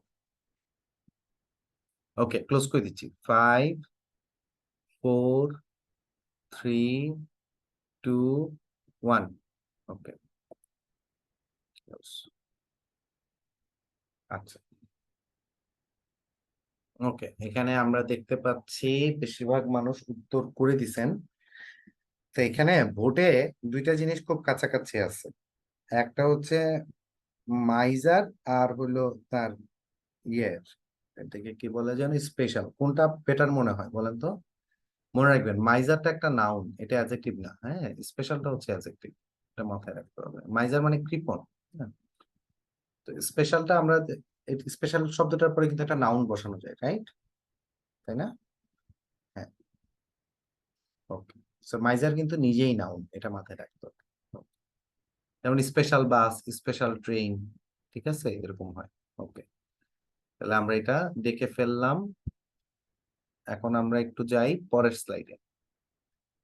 আমাদের আজকে অনেকটুকু পড়া হয়ে গেছে, আর একটু বাকি আছে। এখানে বিগত বছরের কোশ্চেন গুলো আছে, এটা আপনারা, আমি আনসার ট্যাগ দিয়ে আপলোড করে দিব না, আমরা আসলে পরেরটা থেকে যাই একটু। ডিগ্রি চেঞ্জ, ডিগ্রি চেঞ্জ তো আপনারা সবাই পড়ছেন আগে 9 10-এ, রাইট? পড়ছেন না সবাই? হুম। মাইজারের অ্যাডজেক্টিভ কি? মাইজারের অ্যাডজেক্টিভ হচ্ছে মাইজারলি। মাইজারের অ্যাডজেক্টিভ কি বলছি বলেন তো? শেষে একটা এলওয়াই যুক্ত করে দিলেই হবে, মাইজারলি। লিখে দিই, ওটা আগের স্লাইডে লিখি, তাহলে মানে ভালো হবে। মাইজারের অ্যাডজেক্টিভ হচ্ছে মাইজারলি, এটা হচ্ছে অ্যাডজেক্টিভ ফর্ম। ওকে, ওকে। না, মাইজারলি ম্যান তো হয় না, মাইজারলি অ্যাটিটিউড, ঠিক আছে? মাইজারলি থটস, এরকম হয়, ঠিক আছে? আসে। মিজারেবল কি হয় কি না? মিজারেবল হয়, কিন্তু অর্থ চেঞ্জ হয়ে যায়। মাইজার থেকেই মিজারেবল আসছে, ঠিক আছে, কিন্তু অর্থটা চেঞ্জ হয়ে যায়, ঠিক আছে? ওকে। মাইজারের অ্যাডভার্ব কেমনে হবে? মাইজার তো নাউন, নাউনের কি অ্যাডভার্ব হয় বলেন?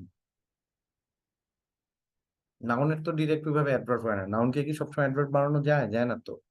আমেরিকা নাউন, এখন এটাতে আপনি কি অ্যাডভার্ব বানাবেন? সম্ভব?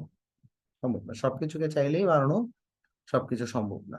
ওকে, আচ্ছা। তো এখন আপনারা তো ডিগ্রি পড়ে আসছেন না সবাই? আপনাদের মনে আছে পজিটিভ, কম্পারেটিভ, সুপারলেটিভ? পজিটিভ কি ছিল? পজিটিভ ছিল গুড। কম্পারেটিভ কি ছিল? বেটার। সুপারলেটিভ কি ছিল? বেস্ট। মনে পড়ে? না মনে পড়ে না? দেখেন তো ছোটবেলার পড়া, ছোটবেলার পড়া। তখন যদি জানতেন চাকরি জীবনে আইসা এই পড়া আবার পড়া লাগবে, তাহলে তখনই ভালো মতো করে ফেলতেন না? বলেন তো দেখি, তখনই ভালো মতো করে ফেলতেন কিনা? হ্যাঁ। সো প্রিপোজিশন ক্লাস 1 থেকে শুরু হয়, একদম চাকরির বিসিএস পরীক্ষা পর্যন্ত প্রিপোজিশন আসতে থাকে। তো ক্লাস 1-এই ভালো মতো প্রিপারেশন করে ফেলা ভালো, আমি যেটা বুঝি। খামাখা সারা জীবন তো বার্ডেন ক্যারি করার কোনো দরকার নেই, তাই না? তো এটা হচ্ছে, যেমন ইংরেজিটা হচ্ছে, আমি যেমন মনে করি বাচ্চাদেরকে ক্লাস 4 5 এর মধ্যে ভালো মতো শিখাই দেওয়া উচিত। শিখাই দিলে যাতে পরবর্তীতে সে আর ইংরেজিতে না আটকায়। ঠিক আছে? হ্যাঁ, ওই সময় আমরা ইম্পর্টেন্সটা বুঝি না, কিন্তু ক্লাস 4-5 এর মধ্যে খুব ভালো একটা টিচার দিয়ে, ইংরেজি টিচার দিয়ে বাচ্চা কাচ্চাদেরকে অল্প বয়সে যদি ইংরেজিটা ভালো মতো শিখাই দেওয়া যায়, পরেরটা পরে আস্তে আস্তে সায়েন্সের সাবজেক্ট বড় হইতে হইতে শিখে ফেলায়। কিন্তু ইংরেজিটা পরে আবার ভাষাগুলো আসলে পরে আইসা শেখাটা খুব মুশকিল। ছোটবেলায় যাদেরকে বাপ মা কোরআন শরীফ পড়া শিখাই দেয় না, এরা যে পরে বুড়া মানুষ হইলে কোরআন শরীফ শিখা কি পরিমাণ পেইন হয় তাদের জন্য, বিশ্বাস করতে পারবেন না। তখন আবার তারা আলিফ বা তাসা দিয়ে পুরো কোরআন শরীফ তার জন্য শিখা অনেক কষ্ট, যে হুজুর শিখাবে তার জন্য কষ্ট। কি কথা কি ভুল বলছে? দেখেন নাই কখনো মুরব্বী মানুষ এখন দেখেন নাই কোরআন শরীফ পড়া ভুলে গেছে, তাদেরকে আবার নতুন করে শেখানো খুব টাফ। ভাষা এই জন্য অল্প বয়সে শিখে ফেলতে হবে। ছোট থাকতে মানুষের ব্রেন বেশি অ্যাক্টিভ থাকে ভাষার ক্ষেত্রে, তো তখন দ্রুত ভাষাগুলো শিখে ফেলতে হবে। ঠিক আছে? ছোট বাচ্চাকে আপনি 5 দিন কার্টুন দেখান, দেখবেন টর করে হিন্দি বলে দিচ্ছে। ওরে আপনি 10 দিন আরবি কার্টুন দেখান, ও দেখবেন আরবিও পেরে ফেলবে একসময়। ওরে আপনি ইংরেজি কার্টুন দেখান, ও দেখবেন ইংরেজিও শিখে ফেলবে। বুঝছেন? ভাষা হচ্ছে এরকম, শুনতে দিলে এমনি মানুষ শিখে, এমনি পারে। আচ্ছা, তো আমরা এখানে আলোচনায় যাই পজিটিভ, কম্পারেটিভ এবং সুপারলেটিভ ডিগ্রির ব্যাপারে। তো পজিটিভ ডিগ্রিকে আমরা যখন পড়ি, তো আমরা সাধারণত সো অ্যাজ এবং অ্যাজ ব্যবহার করি। কি বলেন তো, একটু সবাই লিখে পাঠান। সো অ্যাজ এবং অ্যাজ এস, এই দুইটা আমরা ব্যবহার করি। দেখি এই দুইটা একটু লিখে পাঠান তো, কি কি ব্যবহার করা যায়, সবাই একটু লিখেন। সো অ্যাজ এবং অ্যাজ এস সবাই লিখে পাঠান, সবাই। যারা পারি তারাও লিখে পাঠায়, যারা পারি না তারাও লিখে পাঠায়। লিখলে কি হয়, একটু মনে থাকে বেশি। লিখলে কিন্তু মনে থাকে। হ্যাঁ, নিজের হাতে একটা জিনিস লিখছি, মনে থাকবে না? মনে তো থাকে। ঠিক আছে? ওকে, তাহলে স্ট্রাকচারটা কিরকম হয় আমরা দেখি, সবাই একটু দেখে আসেন। The chair is as expensive as, তার মানে মাঝখানে একটা অ্যাডজেক্টিভ বসে, তার আগে একটা অ্যাজ, তারপর একটা অ্যাজ। দেখেন, সো ফাস্ট অ্যাজ, মাঝখানে একটা অ্যাডজেক্টিভ, শুরুতে একটা সো, পরে একটা অ্যাজ। এটা হচ্ছে পজিটিভিটি স্ট্রাকচার। এবার চলে আসে কম্পারেটিভ ডিগ্রি। কম্পারেটিভ ডিগ্রিতে আমাদের কি বসে? দেন। বানানটা একটু লিখে পাঠান তো সবাই। THAN, দেন। সবাই একটু লিখে পাঠান। এটা কি THEN দেন নাকি THAN দেন? সবাই লিখে পাঠান বানানটা। THAN দেন। দেন মানে হচ্ছে তুলনা। গুড, ঠিক আছে, সবাই লিখে পাঠাচ্ছেন, ভেরি গুড। এবার চলে আসেন সুপারলেটিভ। সুপারলেটিভটা সহজ। Elizabeth is the tallest of all girls in the class, এটা সহজ। দা থাকে, তারপর একটা ইএসটি যুক্ত করে দিতে হয়, এটা সহজ। আচ্ছা, এখন আমাদের নিয়মটা কি? হ্যাঁ, তো নিয়মটা হচ্ছে কখন ই আর ইএসটি হয়, এটাকেও একটু বলে দেই। সেটা হচ্ছে যখন মনোসিলেবল হয়, মনোসিলেবল, তখন এটাতে ই আর ইএসটি হয়। যেমন একটা উদাহরণ যাই আমরা, ধরেন ব্ল্যাক, কম্পারেটিভ ফর্ম কি হবে? ব্ল্যাক। আর সুপারলেটিভ কি হবে? ব্ল্যাকেস্ট। Nice, nicer, nicest. এগুলো হচ্ছে সিলেবলটা ছোট। Fine, finer, finest. Rich, richer, richest. Tall, taller, tallest. এরকম। এখন যখন শব্দটা বড় হয়, মাল্টিপল সিলেবলে হয়, তখন সেখানে ইআর ইএসটি দিয়ে হয় না, মোর মোস্ট দিতে হয়। যেমন beautiful, more beautiful, most beautiful. কি বলছি? বিউটিফুল, তাহলে কতগুলো সিলেবল? অনেকগুলো সিলেবল না? বিউটিফুল 3টে সিলেবল হয়ে গেছে কিন্তু। তাহলে more beautiful, most beautiful. Responsible, responsible, তাহলে করেন মোর রেসপন্সিবল, মোস্ট রেসপন্সিবল। ঠিক আছে? এরকম আরো হতে পারে। ওয়ান্ডারফুল, তাহলে কি হবে? মোর ওয়ান্ডারফুল, মোস্ট ওয়ান্ডারফুল। কথা বুঝাইতে পারছি? তাহলে এখন দেখি, এটা করেন তো দেখি, এই প্রশ্নটা সলভ করেন। Example, which is the correct comparative form of adjective? এটা করেন তো দেখি, কোনটা সঠিক কম্পারেটিভ ফর্মে আছে।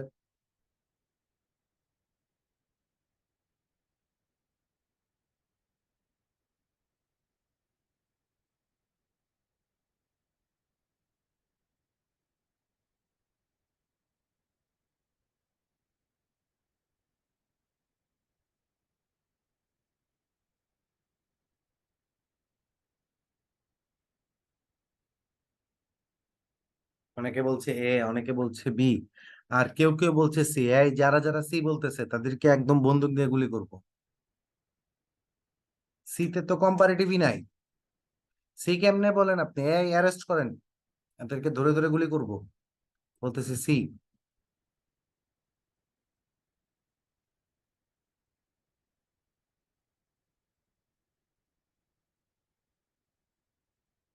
তাহলে কোনটা? এতে কোনো সমস্যা আছে? This book is not finer than yours, এতে কোনো সমস্যা আছে না নাই? কম্পারেটিভ ফর্ম ঠিক আছে না? হ্যাঁ, এতে কিন্তু কোনো সমস্যা নাই, রাইট? আচ্ছা, বিতে কোনো সমস্যা আছে? Your book is finer than this, এতে সমস্যা আছে? এটাতে একটু হালকা একটু সমস্যা আছে। কি হবে? Your book is finer than this book হইলে এটা কারেক্ট হইতো, বেস্ট হইতো। ঠিক আছে, but your book is finer than my book, এরকম যদি কিছু একটা হইতো তাহলে হইতো। শুধু দিস দিলে হবে না, এটার জন্য সমস্যা। তাহলে সঠিক উত্তর কি হবে? এ। কথা বুঝে গেছে না যায় নাই? বুঝে গেলে ইয়েস বলেন, না বুঝে গেলে নো বলেন। সবাই একটু ইয়েস নো ভেরি গুড লিখে পাঠান। কম্পারিজন হইতে হয় সব সময় ইকুয়াল জিনিসের সাথে। কিসের সাথে বলেন তো? ইকুয়াল ইকুয়াল জিনিসের সাথে। আমি তো ইংরেজি টিচার, আমার আম্মা খুব বিপদে আছে জানেন। আমার আম্মা সেদিন আসছে, এসে বলতেছে তুই গরুর চেয়ে খারাপ। আমি বলছি আমার সাথে গরুর কোনো তুলনাই চলে না, আপনি কথাটা ভুল বলছেন। আম্মা তো হা করে তাকায় আছে। পরে আম্মারে আমি সুন্দর মতো বুঝাইছি, আম্মা দেখেন কম্পারিজন হবে ইকুয়াল ইকুয়াল জিনিসের সাথে, মানুষের সাথে গরুর কোনো কম্পারিজন সম্ভব না। ঠিক আছে, মানুষের সাথে মানুষের, আপনি বলতে পারেন যে তুই ওই গরুর মালিকের চেয়েও খারাপ, তাহলে সমস্যা নেই। গরুর মালিক একজন পার্সন, আমি একজন পার্সন, তাতে কোনো প্রবলেম নেই। আমি কি বলছি এসে বুঝছেন না বুঝেন নাই? জাস্ট জাস্ট 3 সেকেন্ড, আমার একটা কল আসছে, একটু প্লিজ। আসসালামু আলাইকুম।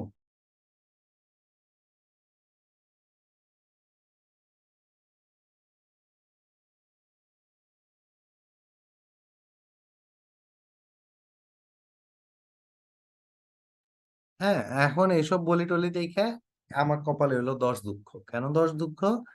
আমি আমারে একটা নিয়ম শিখাইতে যাই, আম্মা আমারে 10টা নিয়ম আরো 20টা ভুল ধরে দেয়।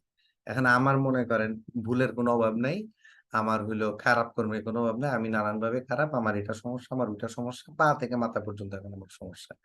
ঠিক আছে, এখন তো ধরেন বয়স হয়েছে, এখন কি আর ওইভাবে মারতে পারে? বুঝেন নাই, ওইভাবে তো মারে না, কিন্তু মুখের যা মাইর এর চেয়ে হাতের মাইর সহজ। মুখের যেমন মাইর টাইর দেয় আমারে, হ্যাঁ, এর চেয়ে যদি হাতে মারতো তাও মনে এত ব্যথা লাগতো না, কিন্তু মুখে এমন একটা কথা বলে আর মাঝে মাঝে যে এরকম একটা লুক দেয়, মনে যেন তার জীবনটা ব্যর্থ, আমার জন্ম দিয়ে সে শেষ, জীবনে ঠিকই গেছে। ঠিক আছে, ওকে। আসেন আর কথাবার্তা না বলি, আমরা সামনের দিকে আগাই। হুম, কি জানি বলতেছিলাম। আমার আব্বা মানে যতবার মারছে, উম আমি কান্দি নাই। কত মারছে আমারে, থাপ্পড় টাপ্পড় থেকে শুরু করে কত কিছু বাদ নাই। আব্বা তো প্রচন্ড রাগী মানুষ, শাসন টাসনের মধ্যে রাখছে সব সময়। আমি কখনো কান্দি নাই, মাইরা আমারে কান্দাইতে পারে না, কিন্তু আম্মা চোখের পানি ফালাই দিলে আর বুকটার খালি হয়ে গেছে, আর ভালো লাগে না। আম্মা যদি একটুখানি মন খারাপ করছে আমার, ছোটবেলা থেকে আমার আমার এক, আমি যখন ক্লাস 2 না 3 তে পড়ি, কে জানি আমারে বলছিল যে মার মনে কষ্ট দিয়ে রাস্তায় গেলে গাড়ির নিচে পড়বা, পড়ে মরে যাবে। এরপরের থেকে আমার মনের মধ্যে ভয়, কষ্ট দিয়ে বাড়িলে এখনই বোধহয় আমার উপরে একটা আযাব আসবে, এরকম মনে হয়। তো এই ছোটবেলায় এই আইডিয়াটা ঢুকাই দিছে, আপনারা যখন বাবা মা হবেন, আপনারা বাচ্চা কাচ্চাদের মধ্যে এই আইডিয়াটা ঢুকাই দিবে যে মা বাবার মনে কষ্ট দিয়ে তুমি যেখানেই যাও তোমার উপর আযাব আসতে পারে, তোমার উপর গজব আসতে পারে। এই ভয়টা ছোটবেলায় ঢুকাই দিলে বাচ্চা কাচ্চা দেখবেন যে আজীবন আপনাকে রেসপেক্ট করবে, অন্তত আপনার কথার বাইরে সে চলে যেতে পারবে না বলবে।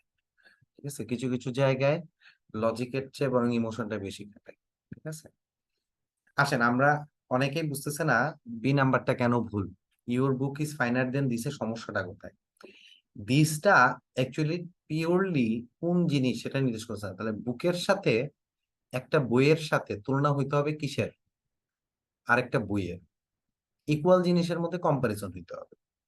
আমি যদি বলি দা দা কি বলে, the rice of Dinajpur, Dinajpur is better then Bogura, is better দেন বগুড়া, এটা কি কারেক্ট হবে? কেউ বলতে পারবেন এটা কারেক্ট হবে কিনা? এটা কারেক্ট হবে না। যারা বুঝেন না তারা একটু ভালো মতো দেখেন, হ্যাঁ, এটা জীবনেও কারেক্ট হবে না। কেন? এক পাশে আমি দিনাজপুরের চালের সাথে আরেক পাশে বগুড়া জেলাকে কম্পেয়ার করে ফেলছি। ঠিক আছে, তাহলে এটাকে কারেক্ট করার উপায় কি? জেলার সাথে চালের তুলনা হয় না, জেলার সাথে জেলার তুলনা, দিনাজপুরের সাথে বগুড়ার তুলনা হবে, দিনাজপুরের চালের সাথে বগুড়ার চালের সাথে তুলনা হবে। তাহলে এটা এইভাবে লিখা যায়, the rice of Dinajpur is better than that of Bogura, that of Bogura, এভাবে লিখতে হবে। ঠিক আছে? So your book is finer than this, this কি, কিসের, কিসের কম্পারিজন? না, তাহলে হবে দিস বুক, তাইলে জিনিসটা ইকুয়াল হবে। এখন কি বুঝছেন না বুঝেন নাই? বুঝে থাকলে ইয়েস বলেন, না বুঝে থাকলে নো বলেন। ওকে, আসেন তারপরে আমরা যাই সামনের দিকে আগে। ওকে,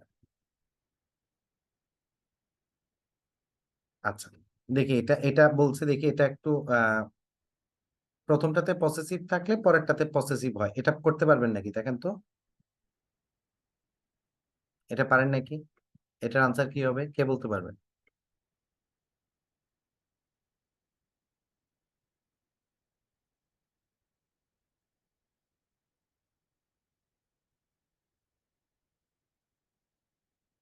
সুন্দর উত্তর, আমরা এটা পেয়ে গেছি। এটা সঠিক উত্তর হচ্ছে এ নাম্বার।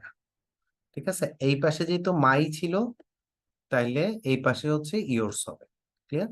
এই যে ইয়োর্স হবে, তাহলে এই পাশের সাথে এই পাশের একটা ব্যালেন্স তৈরি করবো। ক্লিয়ার? হ্যাঁ, my dress is costlier than this বললে কি হইতো? My dress is costlier than this, এটা বললে কি হইতো? My dress is costlier than this হইতো না, ভুল হতো। ঠিক আছে, আচ্ছা আসেন তাহলে সামনের দিকে যাই। ওকে, আসেন সামনের দিকে। আচ্ছা, কম্পারেটিভের পূর্বে সাধারণত দা বসে না, কিন্তু ব্যক্তি বা বস্তু তুলনা করতে আচ্ছা টু উল্লেখ থাকলে বুঝাই।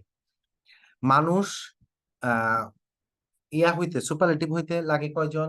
মিনিমাম কয়জন লাগে সুপারলেটিভ হইতে? কে বলতে পারবেন?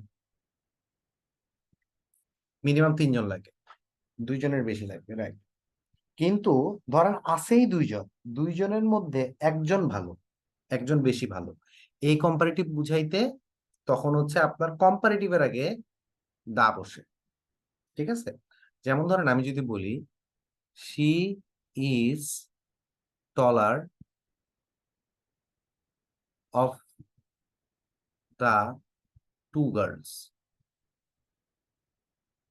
এইটা একটা ভুল বাক্য। কেন? ইয়া আছে কয়জন, গার্লস আছে কয়জন, মেয়ে আছে কয়জন? দুইজন, তাহলে দুইজনের মধ্যে টলার বলতেছে, তাহলে তার আগে আবার দা দিতে হয়। কনসেপ্টটা ক্লিয়ার না, ক্লিয়ার না? ইয়েস তো ভেরি গুড বলেন, সবাই কি বুঝছি? তাহলে এখানে আমরা একটু সুন্দর মতো এটাকে আলাদা ভাষায় বলতে পারি, অফ দা টু থাকলে, কি থাকলে? অফ দা টু থাকলে কম্পারেটিভের আগে দা হবে।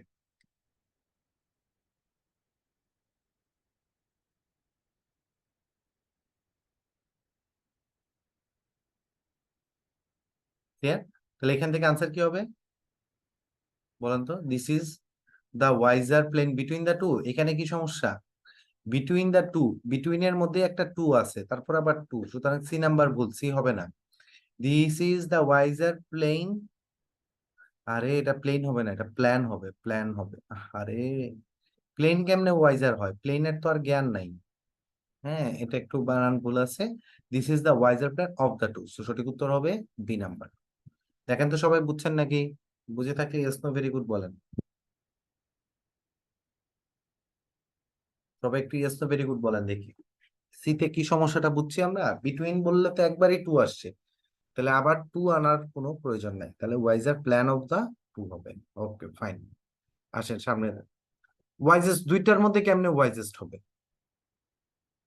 ভাইয়া? দেখেন এই যে এখানে বলছে তো দুইজন, এমং দা টুর সাথে এমন হয়, হয় না? আচ্ছা, আবার ধরেন এই যে অফ দা টু, দুইজনের মধ্যে কি সুপারলেটিভ হওয়া সম্ভব? সুপারলেটিভ হইতে মিনিমাম তিনজন লাগবে না? বুঝে গেছে? ওকে, আসেন সামনের দিকে যাই। তারপরেরটাই যাই, সমানুপাতিক হ্রাস বৃদ্ধি। সমানুপাতিক হ্রাস বৃদ্ধি, এটা কি হবে বলেন তো? দ্য গ্রেটার দ্য ডিমান্ড, তাহলে এখানে দা গ্রেটার আছে, তাহলে এখানে হবে the higher, the higher the price. যত ডিমান্ড বাড়বে তত প্রাইস বাড়বে। Choose the correct sentence. দেখেন more you read more you learn, হবে না, কি হবে? এখানে কি আছে? দা মোর, এখানে দেখেন শুধু মোর আছে, এটাও হবে না। মোর ইউ রিড দা মোর, এখানেও মিলে নাই, এটাও হবে না, তাহলে কি হবে? The more you read the more you learn. এটা কিন্তু খুব সুন্দর কোশ্চেন, এটা ঢাকা ইউনিভার্সিটি এডমিশন টেস্টের কোশ্চেন, ডিইউর এডমিশন টেস্টের কোশ্চেন ছিল এটা। ঠিক আছে, বুঝছেন না বুঝেন না? দেখেন তো বি নাম্বারটা, 2 নাম্বারটা বুঝছেন? সবাই একটু দেখে রেসপন্স করেন তো। দা মোর হলে ওই পাশে আবার দা মোর হবে, এই পাশে দা প্লাস কম্পারেটিভ, তাহলে ওই পাশে দা প্লাস কম্পারেটিভ হবে। এটা সহজ, তালে তালে পারা যায়। আচ্ছা, তারপরেরটাই দেখি আমরা একটু। 2 এর মধ্যে বেছে না বুঝাতে কম্পারেটিভ এর আগে দা এর পরে অফ বসে, এটা আমরা করছি না? বলেন তো এটা এটা পারবেন? আমরা একটু আগে করছি কিন্তু, আমরা লিখে আসছিলাম অফ দা টু হয়, মনে আছে? অফ দা টু থাকলে আমি পড়াইছিলাম, এই যে এখানে পড়াইছিলাম, এই যে অফ দা টু। 2 এর মধ্যে হলে কি হয়? অফ হয়। এটা একটু খেয়াল রাখবেন, তাহলে এটা কি হবে? Karim is the smaller of the two boys. আচ্ছা, একজন ব্যক্তি দিন দিন তার বয়স বাড়তেই আছে বাড়তেই আছে, তাহলে কি হবে? Older and older. এই যে দুইটা কম্পারেটিভ। এই এটা কি দেন আসলো কই থেকে? আই হাই হাই হাই হাই, ভুল পড়াই ফেলতেছি। দেন হবে না, এন্ড হবে, and and and. Getting older and older, এইভাবে। বুঝছেন না বুঝেন নাই? দিন দিন তার বয়স বাড়তেই আছে, the price is getting higher and higher, দাম বাড়তেই আছে, এরকম। ওকে, প্রেফার এবং প্রেফারেবলের পরে কি হয়? টু বসে। আমরা এটা জানি না, প্রেফারের সাথে টু বসে, এটা কি জানি? প্রেফারের সাথে কি বসে? টু বসে, এটা ম- মনে রাখতে হবে, ঠিক আছে? প্রেফারের সাথে যে টু বসে এটা মনে রাখতে হবে। আসেন আমরা একটু দেখি। I prefer death from dishonour হবে? প্রেফারের সাথে কি ফ্রম হবে? হবে না। প্রেফার ডেথ এগেনস্ট ডিসঅনার হবে? হবে না।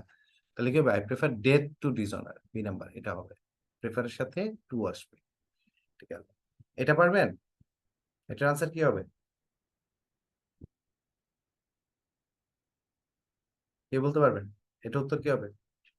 Death is preferable to dishonour নাকি death is more preferable to dishonour হবে? বলেন তো, এ হবে না ডি হবে?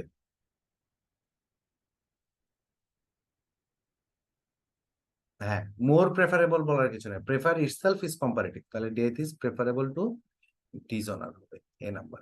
আসেন তারপরটাই। আচ্ছা, এটার দরকার নাই, এটা একটু স্কিপ করে গেলাম। আচ্ছা, এইটা খুব ইম্পর্টেন্ট। এখানে কয়টা স্টার দিব বলেন তো? একটা, দুইটা, তিনটা স্টার দিব। কয়টা স্টার দিছি এই রুলটার আগে? সবাই বলেন, এই রুলটার আগে কয়টা স্টার দিছি? আমি সব রুলসের আগে এত স্টার দিছি? সব রুলসের আগে কিন্তু এত স্টার দেই নেই, কিন্তু এই রুলসটার আগে এসে কিন্তু আমি থেকে 3টা স্টার দিছি। এটা আমরা এখান থেকে শিখবো। Senior, junior, inferior, superior, prior, ulterior, posterior এবং প্রেফার, এদের পরে দেন না বসে টু বসে, প্রেফারের সাথেও টু বসে। তাহলে এখানে আনসার কি হবে বলেন? এই এই এই প্রবলেমটা সলভ করে আমাকে আনসার বলেন তাড়াতাড়ি। নিচের এক্সাম্পলটা সলভ করে আনসার বলেন।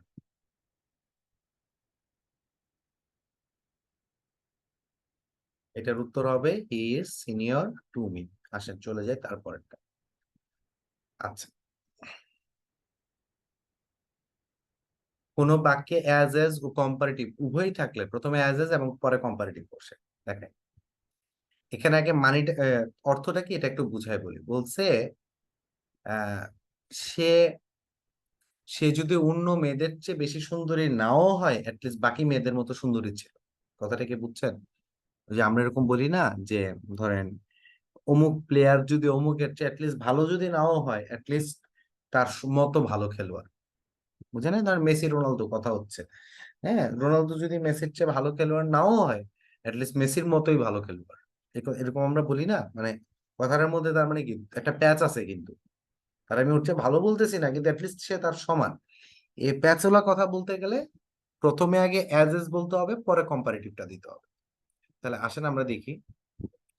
শি ওয়াজ, এখানে কি অ্যাজ এস হয়েছে? হয় নাই, বাদ। এখানে প্রিটিয়ার, পরে কম্পারেটিভটা আছে। তাহলে দেখেন এই ডি নাম্বারে অ্যাজ এস আছে, এই যে অ্যাজ এস, তাহলে এটা আগে আসবে। She was as pretty as, if not prettier than other girl at the party. মানে সে বলছে সে অন্য মেয়েদের চেয়ে সুন্দরী না হলেও অ্যাটলিস্ট তাদের মতো সুন্দরী ছিল। কনসেপ্টটা কি ক্লিয়ার না? ক্লিয়ার না? একটু দেখি ইয়েস নো ভেরি গুড লিখে জানান তো দেখি বুঝতে পারছেন কিনা, সবাই বুঝছেন কিনা সেন্টেন্সটা কি কি বলছে দেখি। ওকে, আমি দেখতে পাচ্ছি সবাই বুঝছে, তাহলে আমি পরেরটাই চলে যাচ্ছি। ওয়ান অফ এর পরে যদি সুপারলেটিভ থাকে তাহলে নাউনটা প্লুরাল হয়। আচ্ছা, ওয়ান অফ মানে কি? ওয়ান অফ মানে অনেকগুলোর মধ্যে একটা, কাজে পরে নাউনটা প্লুরাল করতে হবে না?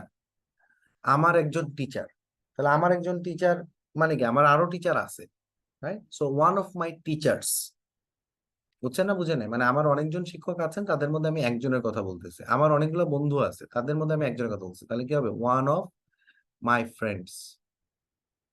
এখানে ফ্রেন্ডসটা প্লুরাল করতে হবে, এই জিনিসটাই বলছে। তাহলে এখান থেকে কোনটা আনসার হবে বলেন তো দেখি, এটা দেখি পারেন নাকি? A B C D solve করেন তো, পারেন নাকি আপনারা?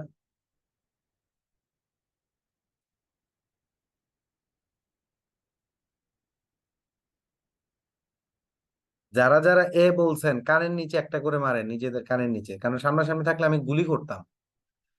এখন যেহেতু গুলি তো খান নাই, প্লিজ নিজেদের কানের নিচে একটা করে ছোট ছোট মেরে নিজেদেরকে রেকটিফাই করে নেন যে আমরা ভুল রাস্তায় আছি। হে আল্লাহ আমাদেরকে সঠিক রাস্তায় দেখাও। ঠিক আছে? হ্যাঁ, মনোযোগের অভাব। সেন্টেন্সটা না পড়ে, পুরো অপশনগুলো না পড়েই আগে ঠাস ঠাস এ, এটা করা যাবে না। এ নাম্বারের কি সমস্যা? একে তো বলছি মোস্ট, তারপরে বলছি রুডেস্ট, ডাবল ইয়া হইতে পারে? হইতে পারে না, সো বাদ। হি ইজ রুডেস্ট ম্যান, বাদ। He is one of the rudest man I have ever meet, এটা ঠিক আছে।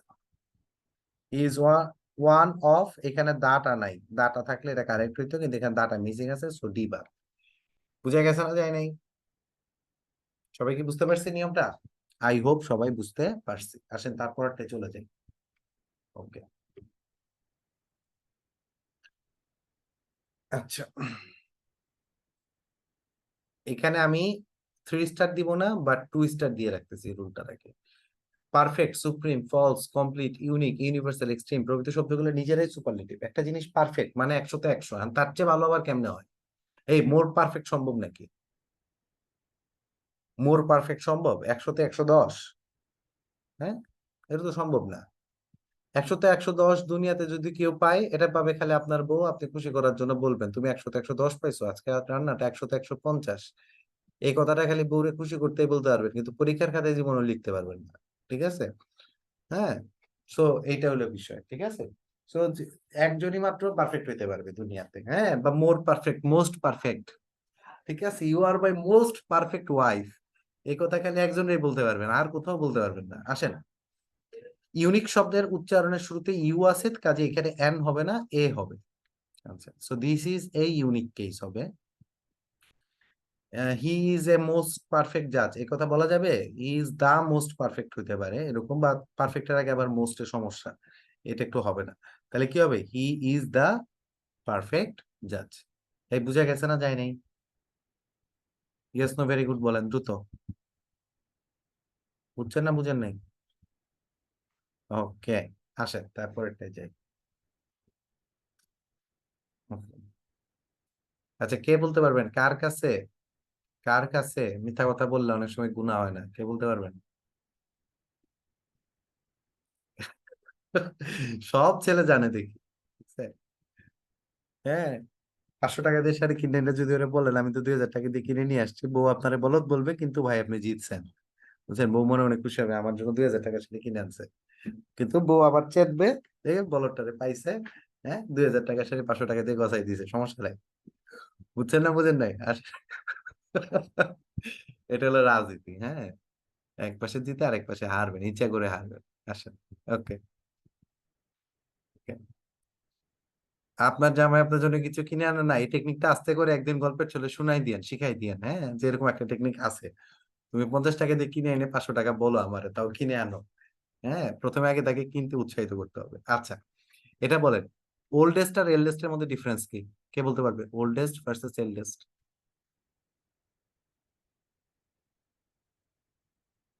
কে বলতে পারবেন? এর মধ্যে ডিফারেন্স কি? আচ্ছা, আমি বলে দিচ্ছি।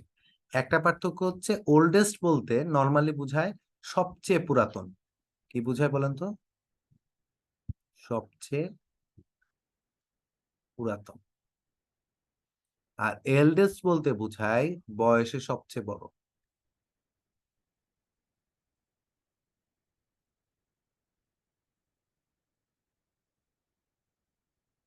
বড়।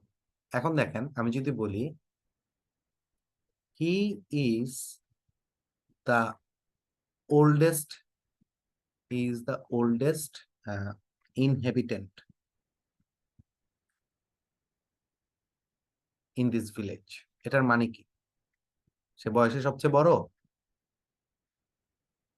এটার জন্য কি বয়সে সবচেয়ে বড় হওয়া জরুরি শর্ত? এই গ্রামের সবচেয়ে ওল্ডেস্ট ইনহেবিটেন্ট হওয়ার জন্য বয়সে যে সবচেয়ে বড় হইতে হবে এমন কোনো কথা আছে? না। একজন তার চেয়েও বয়সে বড় কিন্তু গ্রামে আসছে পরে, হইতে পারে না? বুঝছেন? তার মানে সে সবচেয়ে বেশি সময় ধরে এই গ্রামে বসবাস করছে। আমি যদি বলি হি is the eldest person I know,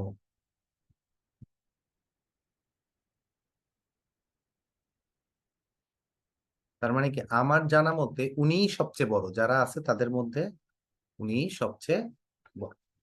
আবার নিজের ভাই বোনের ক্ষেত্রে এল্ডেস্ট ব্যবহার করা হয়, দূরের মানুষদের ক্ষেত্রে ওল্ডেস্ট ব্যবহার করা হয়। সো আমি দুইটা ইউজের কথাই বলতে যাচ্ছি। তাহলে কি নিজের ভাই বোন তাহলে কি ওল্ডার ব্রাদার হবে না এল্ডার ব্রাদার হবে বলেন? নিজের আপন বড় ভাই কি হবে, এল্ডার ব্রাদার না ওল্ডার ব্রাদার? নিজের আপন বড় ভাই বোনের ক্ষেত্রে এল্ডার ব্রাদার, ওল্ডার ব্রাদার হবে। ঠিক আছে, ওকে আসেন তারপরটাই যে ওকে।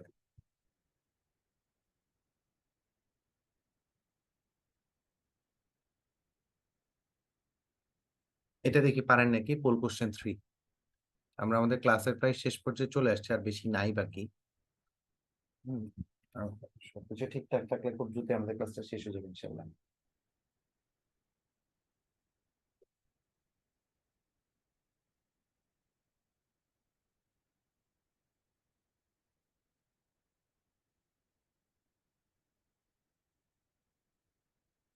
5 4 3 2 1।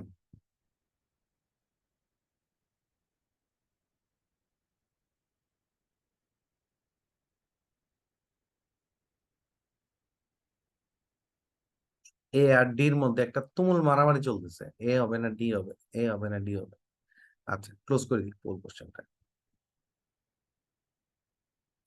পোল কোশ্চেনটা ক্লোজ করে দিলাম। আচ্ছা আগে আমরা অর্থটা বোঝার চেষ্টা করি। বাংলায় অর্থটা করলে কি দাঁড়ায়, যে যত বড় লোক তার তত বেশি ফ্রেন্ড, এই কথাটাই তো বলছে নাকি?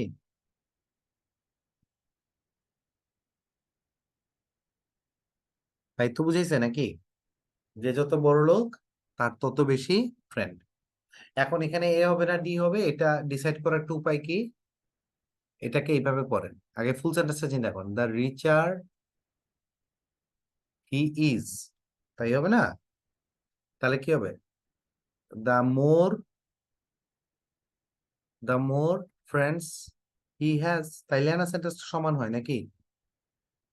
অর্থাৎ এই পাশে যে স্ট্রাকচারে থাকবে অনুরূপ ভাবে সেম স্ট্রাকচার দিয়ে করতে হবে। দেখেন এখানে ভার্ব দিয়ে শেষ হয়েছে, সাবজেক্ট আর ভার্ব দিয়ে শেষ হয়েছে, তাহলে এখানে সাবজেক্ট আর ভার্ব দিয়ে শেষ করতে হবে।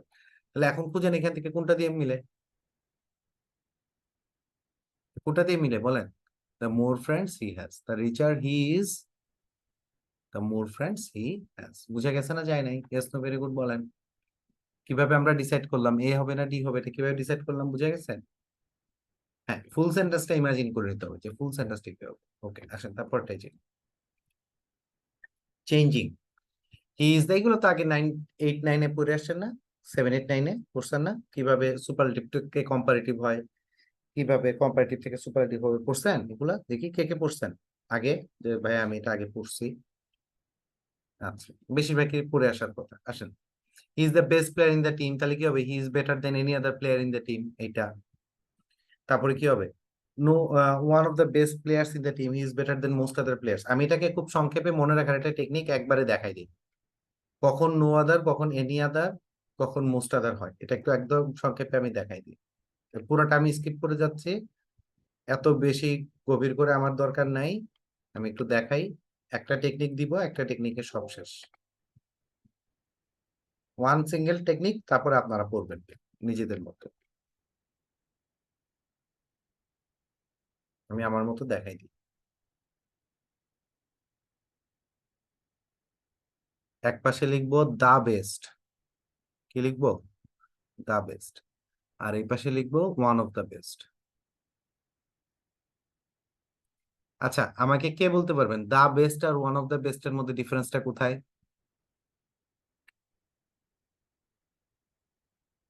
কে বলতে পারবেন? ধরেন আমি যদি এটা বেস না দিয়ে টলেস্ট দিতাম তাহলে ঘটনাটা কি হতো, তাহলে বুঝবেন।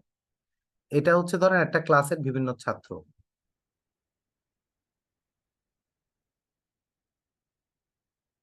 এটা হচ্ছে ক্লাসের ছাত্রদের হাইট। এই ছেলেটা কি, এই ছেলেটার নাম দিলাম এ। এ কি? এ হচ্ছে টলেস্ট, রাইট? এ হচ্ছে টলেস্ট। এবার বি কি? বি কি টলেস্ট? ভাবেন তো, বির যে টলার একজন আছে সেটা হচ্ছে এ, কিন্তু বি কিন্তু ওয়ান অফ দ্য টলেস্ট। এখন কি পার্থক্যটা বুঝাইতে পারছি? বি সবচেয়ে লম্বা ছেলেদেরই একটা, ঠিক আছে? So, পার্থক্যটা বুঝে গেছে? এই হচ্ছে দা বেস্ট আর ওয়ান অফ দ্য বেস্ট এর মধ্যে ডিফারেন্স। তাহলে দা বেস্ট যদি হয় তাহলে এখানে আমরা বলতে পারবো বেটার দেন এনি আদার। বেটার দেন এনি আদার, যে কারোর চেয়ে, যারে আনেন তার চেয়ে সে ভালো। আর এখানে আমাকে বলতে হবে বেটার দেন মোস্ট আদার। বেটার দেন মোস্ট আদার, কারণ সে সবার চেয়ে যে ভালো তা না, বাট বেশিরভাগের চেয়ে সে ভালো। এইখানে এসে আমারে করতে হবে বেটার দেন এনি আদার এর পরে এই জায়গায় আমার করতে হবে হচ্ছে নো আদার বয়, এরকম করতে হবে। নো আদার বয়, এরকম করতে হবে। আর এই জায়গায় এসে আমারে করতে হবে ভেরি ফিউ বয়েজ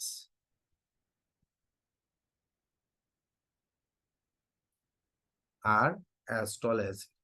কথাটা কি বুঝাইতে পারছি না পারি নাই? দেখেন তো বুঝেন নাকি? এই পলিসিতে সহজ লাগে কিনা?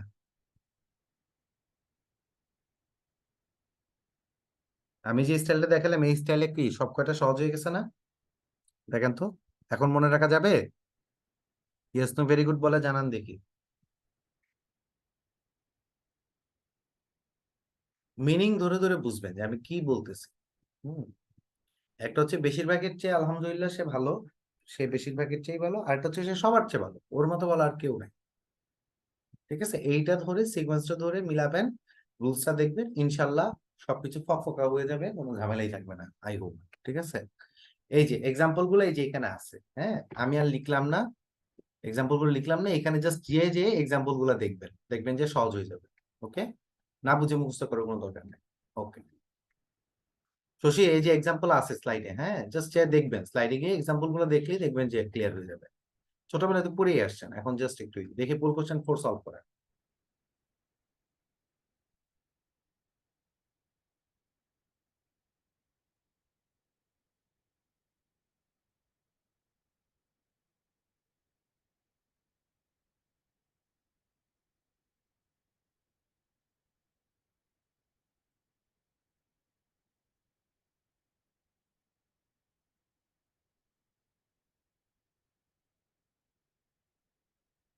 5 4 3 2 1 ক্লোজ করে দিচ্ছি কিন্তু। হ্যাঁ ক্লোজ করে দিচ্ছি। ওকে, তা আমরা দেখতে পাইছি আপনাদের মধ্যে 57% সঠিক উত্তর দিয়েছেন, কয়েকজন একটু ভুল করছেন, আমি একটু ধরাই দিই। লেস হয় আনকাউন্টেবলের জন্য। কার জন্য হয় বলেন? আনকাউন্টেবল নাউনের জন্য। আর ফিউ, ফিউয়ার হয় কাউন্টেবলের জন্য। হ্যাঁ, ফিউয়ার হয় কাউন্টেবল। এখন দেখেন গেস্ট কি কাউন্টেবল না আনকাউন্টেবল?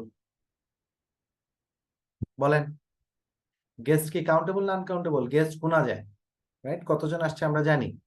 হ্যাঁ, ছোটবেলায় হচ্ছে যখন বাসায় এরকম আসতো, আম্মা আমারে পাঠাই দিত, আমি হাফ প্যান্ট পরে যে গুনে আসতাম কয় কাপ চা বানাইতে হবে। চুপচাপ যে দাঁড়াইতাম, দাঁড়ায় গুনতাম কয়জন আসছে, তারপরে আবার চলে আসতাম। হ্যাঁ, আঙ্কেল জিজ্ঞেস করতাম মাঝে মাঝে, বাবা কেমন আছো? আমি বলতাম ভালো। তারপরে গুনতাম 5 6 7। আঙ্কেলও মনে হয় মাঝে মাঝে শুনতো আমি যে গুনে গেছি 5 6 7। গেস্ট কিন্তু গুনা যায়, ঠিক আছে? তাহলে কাজেই এটার সাথে লেস দেওয়ার কোনো সুযোগ নেই, তাহলে কি দিতে হবে বলেন? হ্যাঁ, এটাতে দিতে হবে হচ্ছে ফিওয়ার দিতে হবে। বুঝে গেছে? এই বুঝছেন না বুঝেন নাই, কেন লেস হবে না বুঝছেন? সবাই দেখি কথা বলেন। হ্যাঁ, ওকে, তারপরটাই। ওকে, যে এক্সাম্পল দিয়েছে এর চেয়ে ভালো আর এক্সাম্পল দিয়ে বোঝানো সম্ভব না গেস্ট কিভাবে গোনা যায়, এর চেয়ে ভালো এক্সাম্পল আর দেওয়া সম্ভব না। ছোটবেলায় আমার মতো কাজ কেউ করছে এর আগে কখনো? এই ডিউটি পালন করছেন কেউ? ও তার মানে আছে, হ্যাঁ। মিডল ক্লাস ফ্যামিলিতে এইসব ডিউটি বেশি পালন করা লাগে, ঠিক আছে। মধ্যবিত্ত ফ্যামিলিতে হিসাব করে করে, বিশেষ করে আঙ্কেলরা চলে গেলে একটা দুইটা বিস্কিট যেটা খাওয়া হতো না, আরে এটি খাই যে কি মজা পাইতাম, হ্যাঁ। ঠিক আছে, তাড়াতাড়ি করে এসে বাকি বিস্কুট গুলা, হ্যাঁ। আচ্ছা, ফিউ কেন হলো না? ফিউ হলো না, এই যে দেখেন একটা দেন আছে, দেখছেন? দেন দেন থাকলে কম্পারেটিভ হবে না? কম্পারেটিভ। এখন তো চাকরি বাকরি করে কত প্যাকেট বিস্কিটই খাইতে পারি, কিন্তু সেই মজা তো আর পাই না। হ্যাঁ, আরে সে ছোটবেলার সেই মেহমানে রেখে যাওয়া বাকি বিস্কুট গুলা, এটা, হ্যাঁ, এখন আর মজা লাগে না আসলে। আর একটা ট্রেডিশন ছিল আগে, এই ট্রেডিশনটা চলে গেছে এখন দেশ থেকে। আমার খুব খারাপ লাগে, আগে মেহমানরা বাসা থেকে চলে যাওয়ার সময় হাতে একটা 100 টাকার নোট গুঁজে দিয়ে দিত। এখন কেউ গুঁজে দিয়ে যায় না, আমার মনটাই ভালো লাগে না, আরে দিয়ে যান 100 টাকা। হ্যাঁ, এখন তো মানুষজন এই চলে যাওয়ার সময় টাকাটা দেয় না, এটা ভালো লাগে না, একটু টাকা টুকা দিয়ে গেলে ভালো লাগতো, তাই না?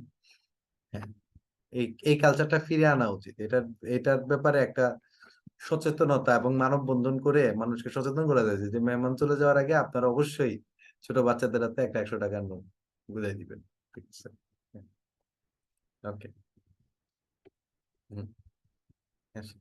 ওকে। হ্যাঁ, আমরা বলতাম না আঙ্কেল কোনো দরকার নেই, তাই ওরা বলতাম না না বাবা রাখো, করে জোর করে দিয়ে যেত। খেতে ভালো লাগতো, আঙ্কেলের প্রতি মন থেকে একটা দোয়া আসতো, ঠিক আছে। মন থেকে একটা দোয়া আসতো আঙ্কেলটার জন্য, আরে আঙ্কেলটা কত ভালো মানুষ। হ্যাঁ। ওকে। আচ্ছা, যাই সামনের দিকে যাই। এখানে বিগত বছরের কোশ্চেন গুলো আছে, ইনশাল্লাহ আমি দাগ দিয়ে আপলোড করে দিব, সঠিক উত্তরগুলো পেয়ে যাবেন, ভোকাবুলারি আছে। এই হচ্ছে মোটামুটি আমাদের আজকের ক্লাসের আলোচনা, গল্প করলাম অনেক, অনেক বড় একটা লিস্ট আছে আজকে ভোকাবুলারির, আপনারা ভালো মতো পড়েন, শরীরে দম নিয়ে এনার্জি নিয়ে পড়তে হবে, ঠিক আছে। এনার্জি প্লাস বিস্কিট খাবেন, দুই একটা বিস্কিট থাকলে ছোট বাচ্চা কাচ্চাদের দিবেন, তারা আপনার জন্য দোয়া করবে, বলবে ভাইয়া আপু কত ভালো মানুষ, বা আঙ্কেল আন্টি কত ভালো মানুষ, আল্লাহ তারে বিশেষ ক্যাডার বানাই দাও। সে তাহলে আরো বেশি বেশি বিস্কিট খাওয়াবে আমাকে, এই দোয়া করবে যেন বাচ্চাদের প্রতি ভালোবাসা দেখাবেন, যেন বাচ্চারা আপনাকে ভালোবাসে, ঠিক আছে। ওকে, তাইলে এই হচ্ছে মোটামুটি। এখন কারো কোনো প্রশ্ন থাকলে হ্যান্ড রেজ করেন, আমি মাইক্রোফোনে কথা বলার সুযোগ দিব, ঠিক আছে।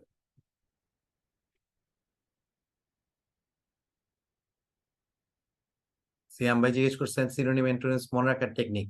আমি একটা কাজ করতাম, আমি জীবনে অ্যান্টোনিম পড়তাম না, আমি সবসময় খালি সিনোনিম গুলা পড়তাম, ঠিক আছে। কারণ সিনোনিম পারলে পরে অ্যান্টোনিম একসময় এমনি পারা যায়, হ্যাঁ। আর সিনোনিম অ্যান্টোনিম একসাথে পড়লে কোনটা যে সিনোনিম আর কোনটা যে অ্যান্টোনিম গুলাই যেত। এই জন্য শুরুতে অ্যান্টোনিম গুলা না পড়ে খালি সিনোনিম গুলা পড়েন, পরে ইনশাল্লাহ অ্যান্টোনিম একসময় পারবেন, ঠিক আছে। আগে সিনোনিম করে শব্দগুলো শিখে নেন ভালো মতো, হ্যাঁ, পরে অ্যান্টোনিম করেন, ঠিক আছে। হ্যাঁ, কোশ্চেন গুলো সব সলভ করে আপলোড দিয়ে দিব ইনশাল্লাহ, ঠিক আছে। ভোকাবুলারি হচ্ছে ঘন ঘন রিভিশন দিতে হবে, হ্যাঁ, ঘন ঘন রিভিশন দিতে হবে। দেখি হ্যান্ড রেজ করেছেন একজন, নয়ন ভাই হ্যান্ড রেজ করেছেন, ওনাকে পারমিশন দিই। পারমিশন দেওয়া হচ্ছে, আনমিউট করে আপনার প্রশ্নটা করেন নয়ন ভাই। ভাই আসসালামু আলাইকুম। ওয়ালাইকুম আসসালাম। হ্যাঁ, ভাই মোমেন্টটা অ্যাকচুয়ালি কোন ধরনের নাউন? কোন ধরনের নাউন বলতে? মোমেন্ট। মানে নাউনের ক্যাটাগরিতে? জি। আচ্ছা, তাই এটা তো প্রপার নাউন তো জীবনে হবে না, এটা আমরা বুঝলাম। কমন নাউন কিনা, ম্যাটেরিয়াল নাউনও হবে না, কালেকটিভ নাউন হবে না। এখন এটা কমন নাউন হবে না, অ্যাবস্ট্রাক্ট নাউন হবে, দুইটার যে কোনো একটা হবে। তাহলে এখন যদি আমরা চিন্তা করি, মোমেন্টের কি প্লুরাল সম্ভব? মোমেন্টস, এটা কি সম্ভব না সম্ভব না, কি মনে হয়? না, মোমেন্ট। সম্ভব, সম্ভব। মুভমেন্টের, হ্যাঁ, ঠিক আছে, সম্ভব। তাহলে এটা কমন নাউন হবে। বুঝছেন আমি কোন পলিসিতে বের করছি? জি ভাই, বুঝতে পারছি। হ্যাঁ, থ্যাংক ইউ। এই যে আমরা অনেক সময় বলি না, these are fewer movements that we can never forget, আমরা এরকম বলি না, এরকম কিছু কিছু ঘটনা, এই অর্থে আমরা মোমেন্টস বলি না অনেক সময়। হ্যাঁ, জি জি জি। এরকম সেই স্মৃতি অর্থে, হ্যাঁ, মোমেন্টের পুরো মুভমেন্ট সম্ভব, কাজেই এটা কমন নাউন হবে। ওকে, থ্যাংক ইউ ভাই। ওকে, থ্যাংক ইউ। ওকে, তো আমি এই মুহূর্তে আর নতুন কোনো হ্যান্ডরেজ দেখতে পাচ্ছি না। ভাইয়া আমার এক্সামে নাম্বার উঠে না ঠিক মতো, নেগেটিভ হয় অনেক, নিজেকে কিভাবে ইমপ্রুভ করা যায়? প্র্যাকটিস করতে হবে আবির ভাই, আপনি বেশি বেশি কোশ্চেন প্র্যাকটিস করেন, তাহলে দেখবেন এটা ইমপ্রুভ করছে। এটার জন্য বেশি বেশি কোশ্চেন সলভ করতে হবে, ঠিক আছে। অল আদার কখন হয়, কিসের অল আদার? বলেন তো আপনার প্রশ্নটা না আমি পুরোপুরি বুঝি নাই। অল আদার কখন হয় বলতে? শুভ্রা, শুভ্রা না শুভ্র? বোঝা যাচ্ছে না।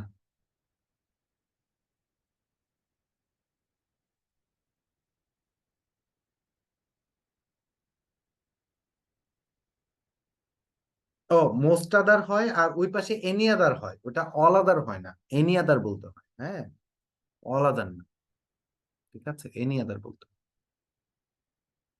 হ্যাঁ, ভাই কিউএনএ তে কিউএনএ একটা কোশ্চেন ছিল ভাইয়া। কিউএনডি তে কি কোশ্চেন আছে একটু দেখি। ভাইয়া ভোকাবুলারি এবং ফ্রেশ ইডিয়ম, ইডিয়ম ফ্রেজ কোনটা বেশি গুরুত্বপূর্ণ? দুইটাই গুরুত্বপূর্ণ, দুইটাই আসে পরীক্ষায়, বুঝছেন, কোনোটাই বাদ যায় না। হ্যাঁ, দুইটাই আসে পরীক্ষায়। কোনটা যে আসবে হয়তো দুইটাই আসবে। হ্যাঁ, বা দুইটার মধ্যে যদি একটা আসে একটা যদি নাও আসে, কোনটা যে আসবে কোনটা যে আসবে না, নোবডি নোস। দুইটাই আসতে থাকে পরীক্ষা। So I think that's all for today's class. আমি আর এই মুহূর্তে কোনো প্রশ্ন বা কিছু দেখতে পারতেছি না। আপনারা যদি ক্লাসের কোনো অংশ না বুঝেন, সবসময় ক্লাসের শেষে আমাকে প্রশ্ন করবেন। আমার পড়ানোর কোনো স্টাইল যদি আপনাদের ভালো না লাগে, পছন্দ না হয়, আমাকে জানাবেন। হ্যাঁ, ফ্র্যাঙ্কলি জানাবেন যে ভাই আপনার এই জিনিসটা এরকম না, না করে অন্য এরকম করলে ভালো হয়, সাজেশন থাকলে দিবেন। তাহলে ইনশাল্লাহ বুঝতে পারবো, ঠিক আছে। রিটেনের জন্য কি পড়া উচিত কিনা, না রিটেনের জন্য এখন পড়ার দরকার নেই, প্রিলিটে আগে পড়েন ভালো মতো, ঠিক আছে। একটা এট এ টাইম একটা, একসাথে বেশি করাটা ঠিক না। প্রেম যেমন একসাথে দুই তিনটা করা ঠিক না, এরকম একসাথে একাধিক জায়গায় হাত দেওয়া ঠিক না। আগে প্রিলি পাস করুন, রিটেনের সময় আসলে রিটেন, ঠিক আছে। তো that's all for today's class. সবাই ভালো থাকেন, সুস্থ থাকেন, আসসালামু আলাইকুম। জি ভাইয়া, আপনাকে অসংখ্য ধন্যবাদ সুন্দর একটি ক্লাস উপহার দেওয়ার জন্য। ভালো থাকবেন, শুভরাত্রি। আর এখন যদি আপনাদের উত্তরণ সম্পর্কিত কোনো জিজ্ঞাসা থেকে থাকে তাহলে চ্যাট বক্সে জিজ্ঞেস করতে পারেন।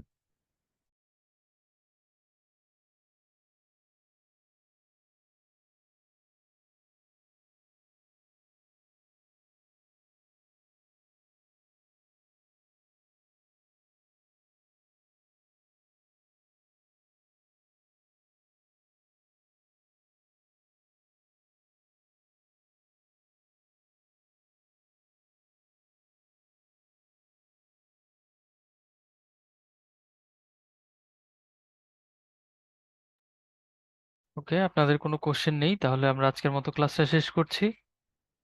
সবার জন্য অনেক অনেক শুভকামনা। শুভরাত্রি।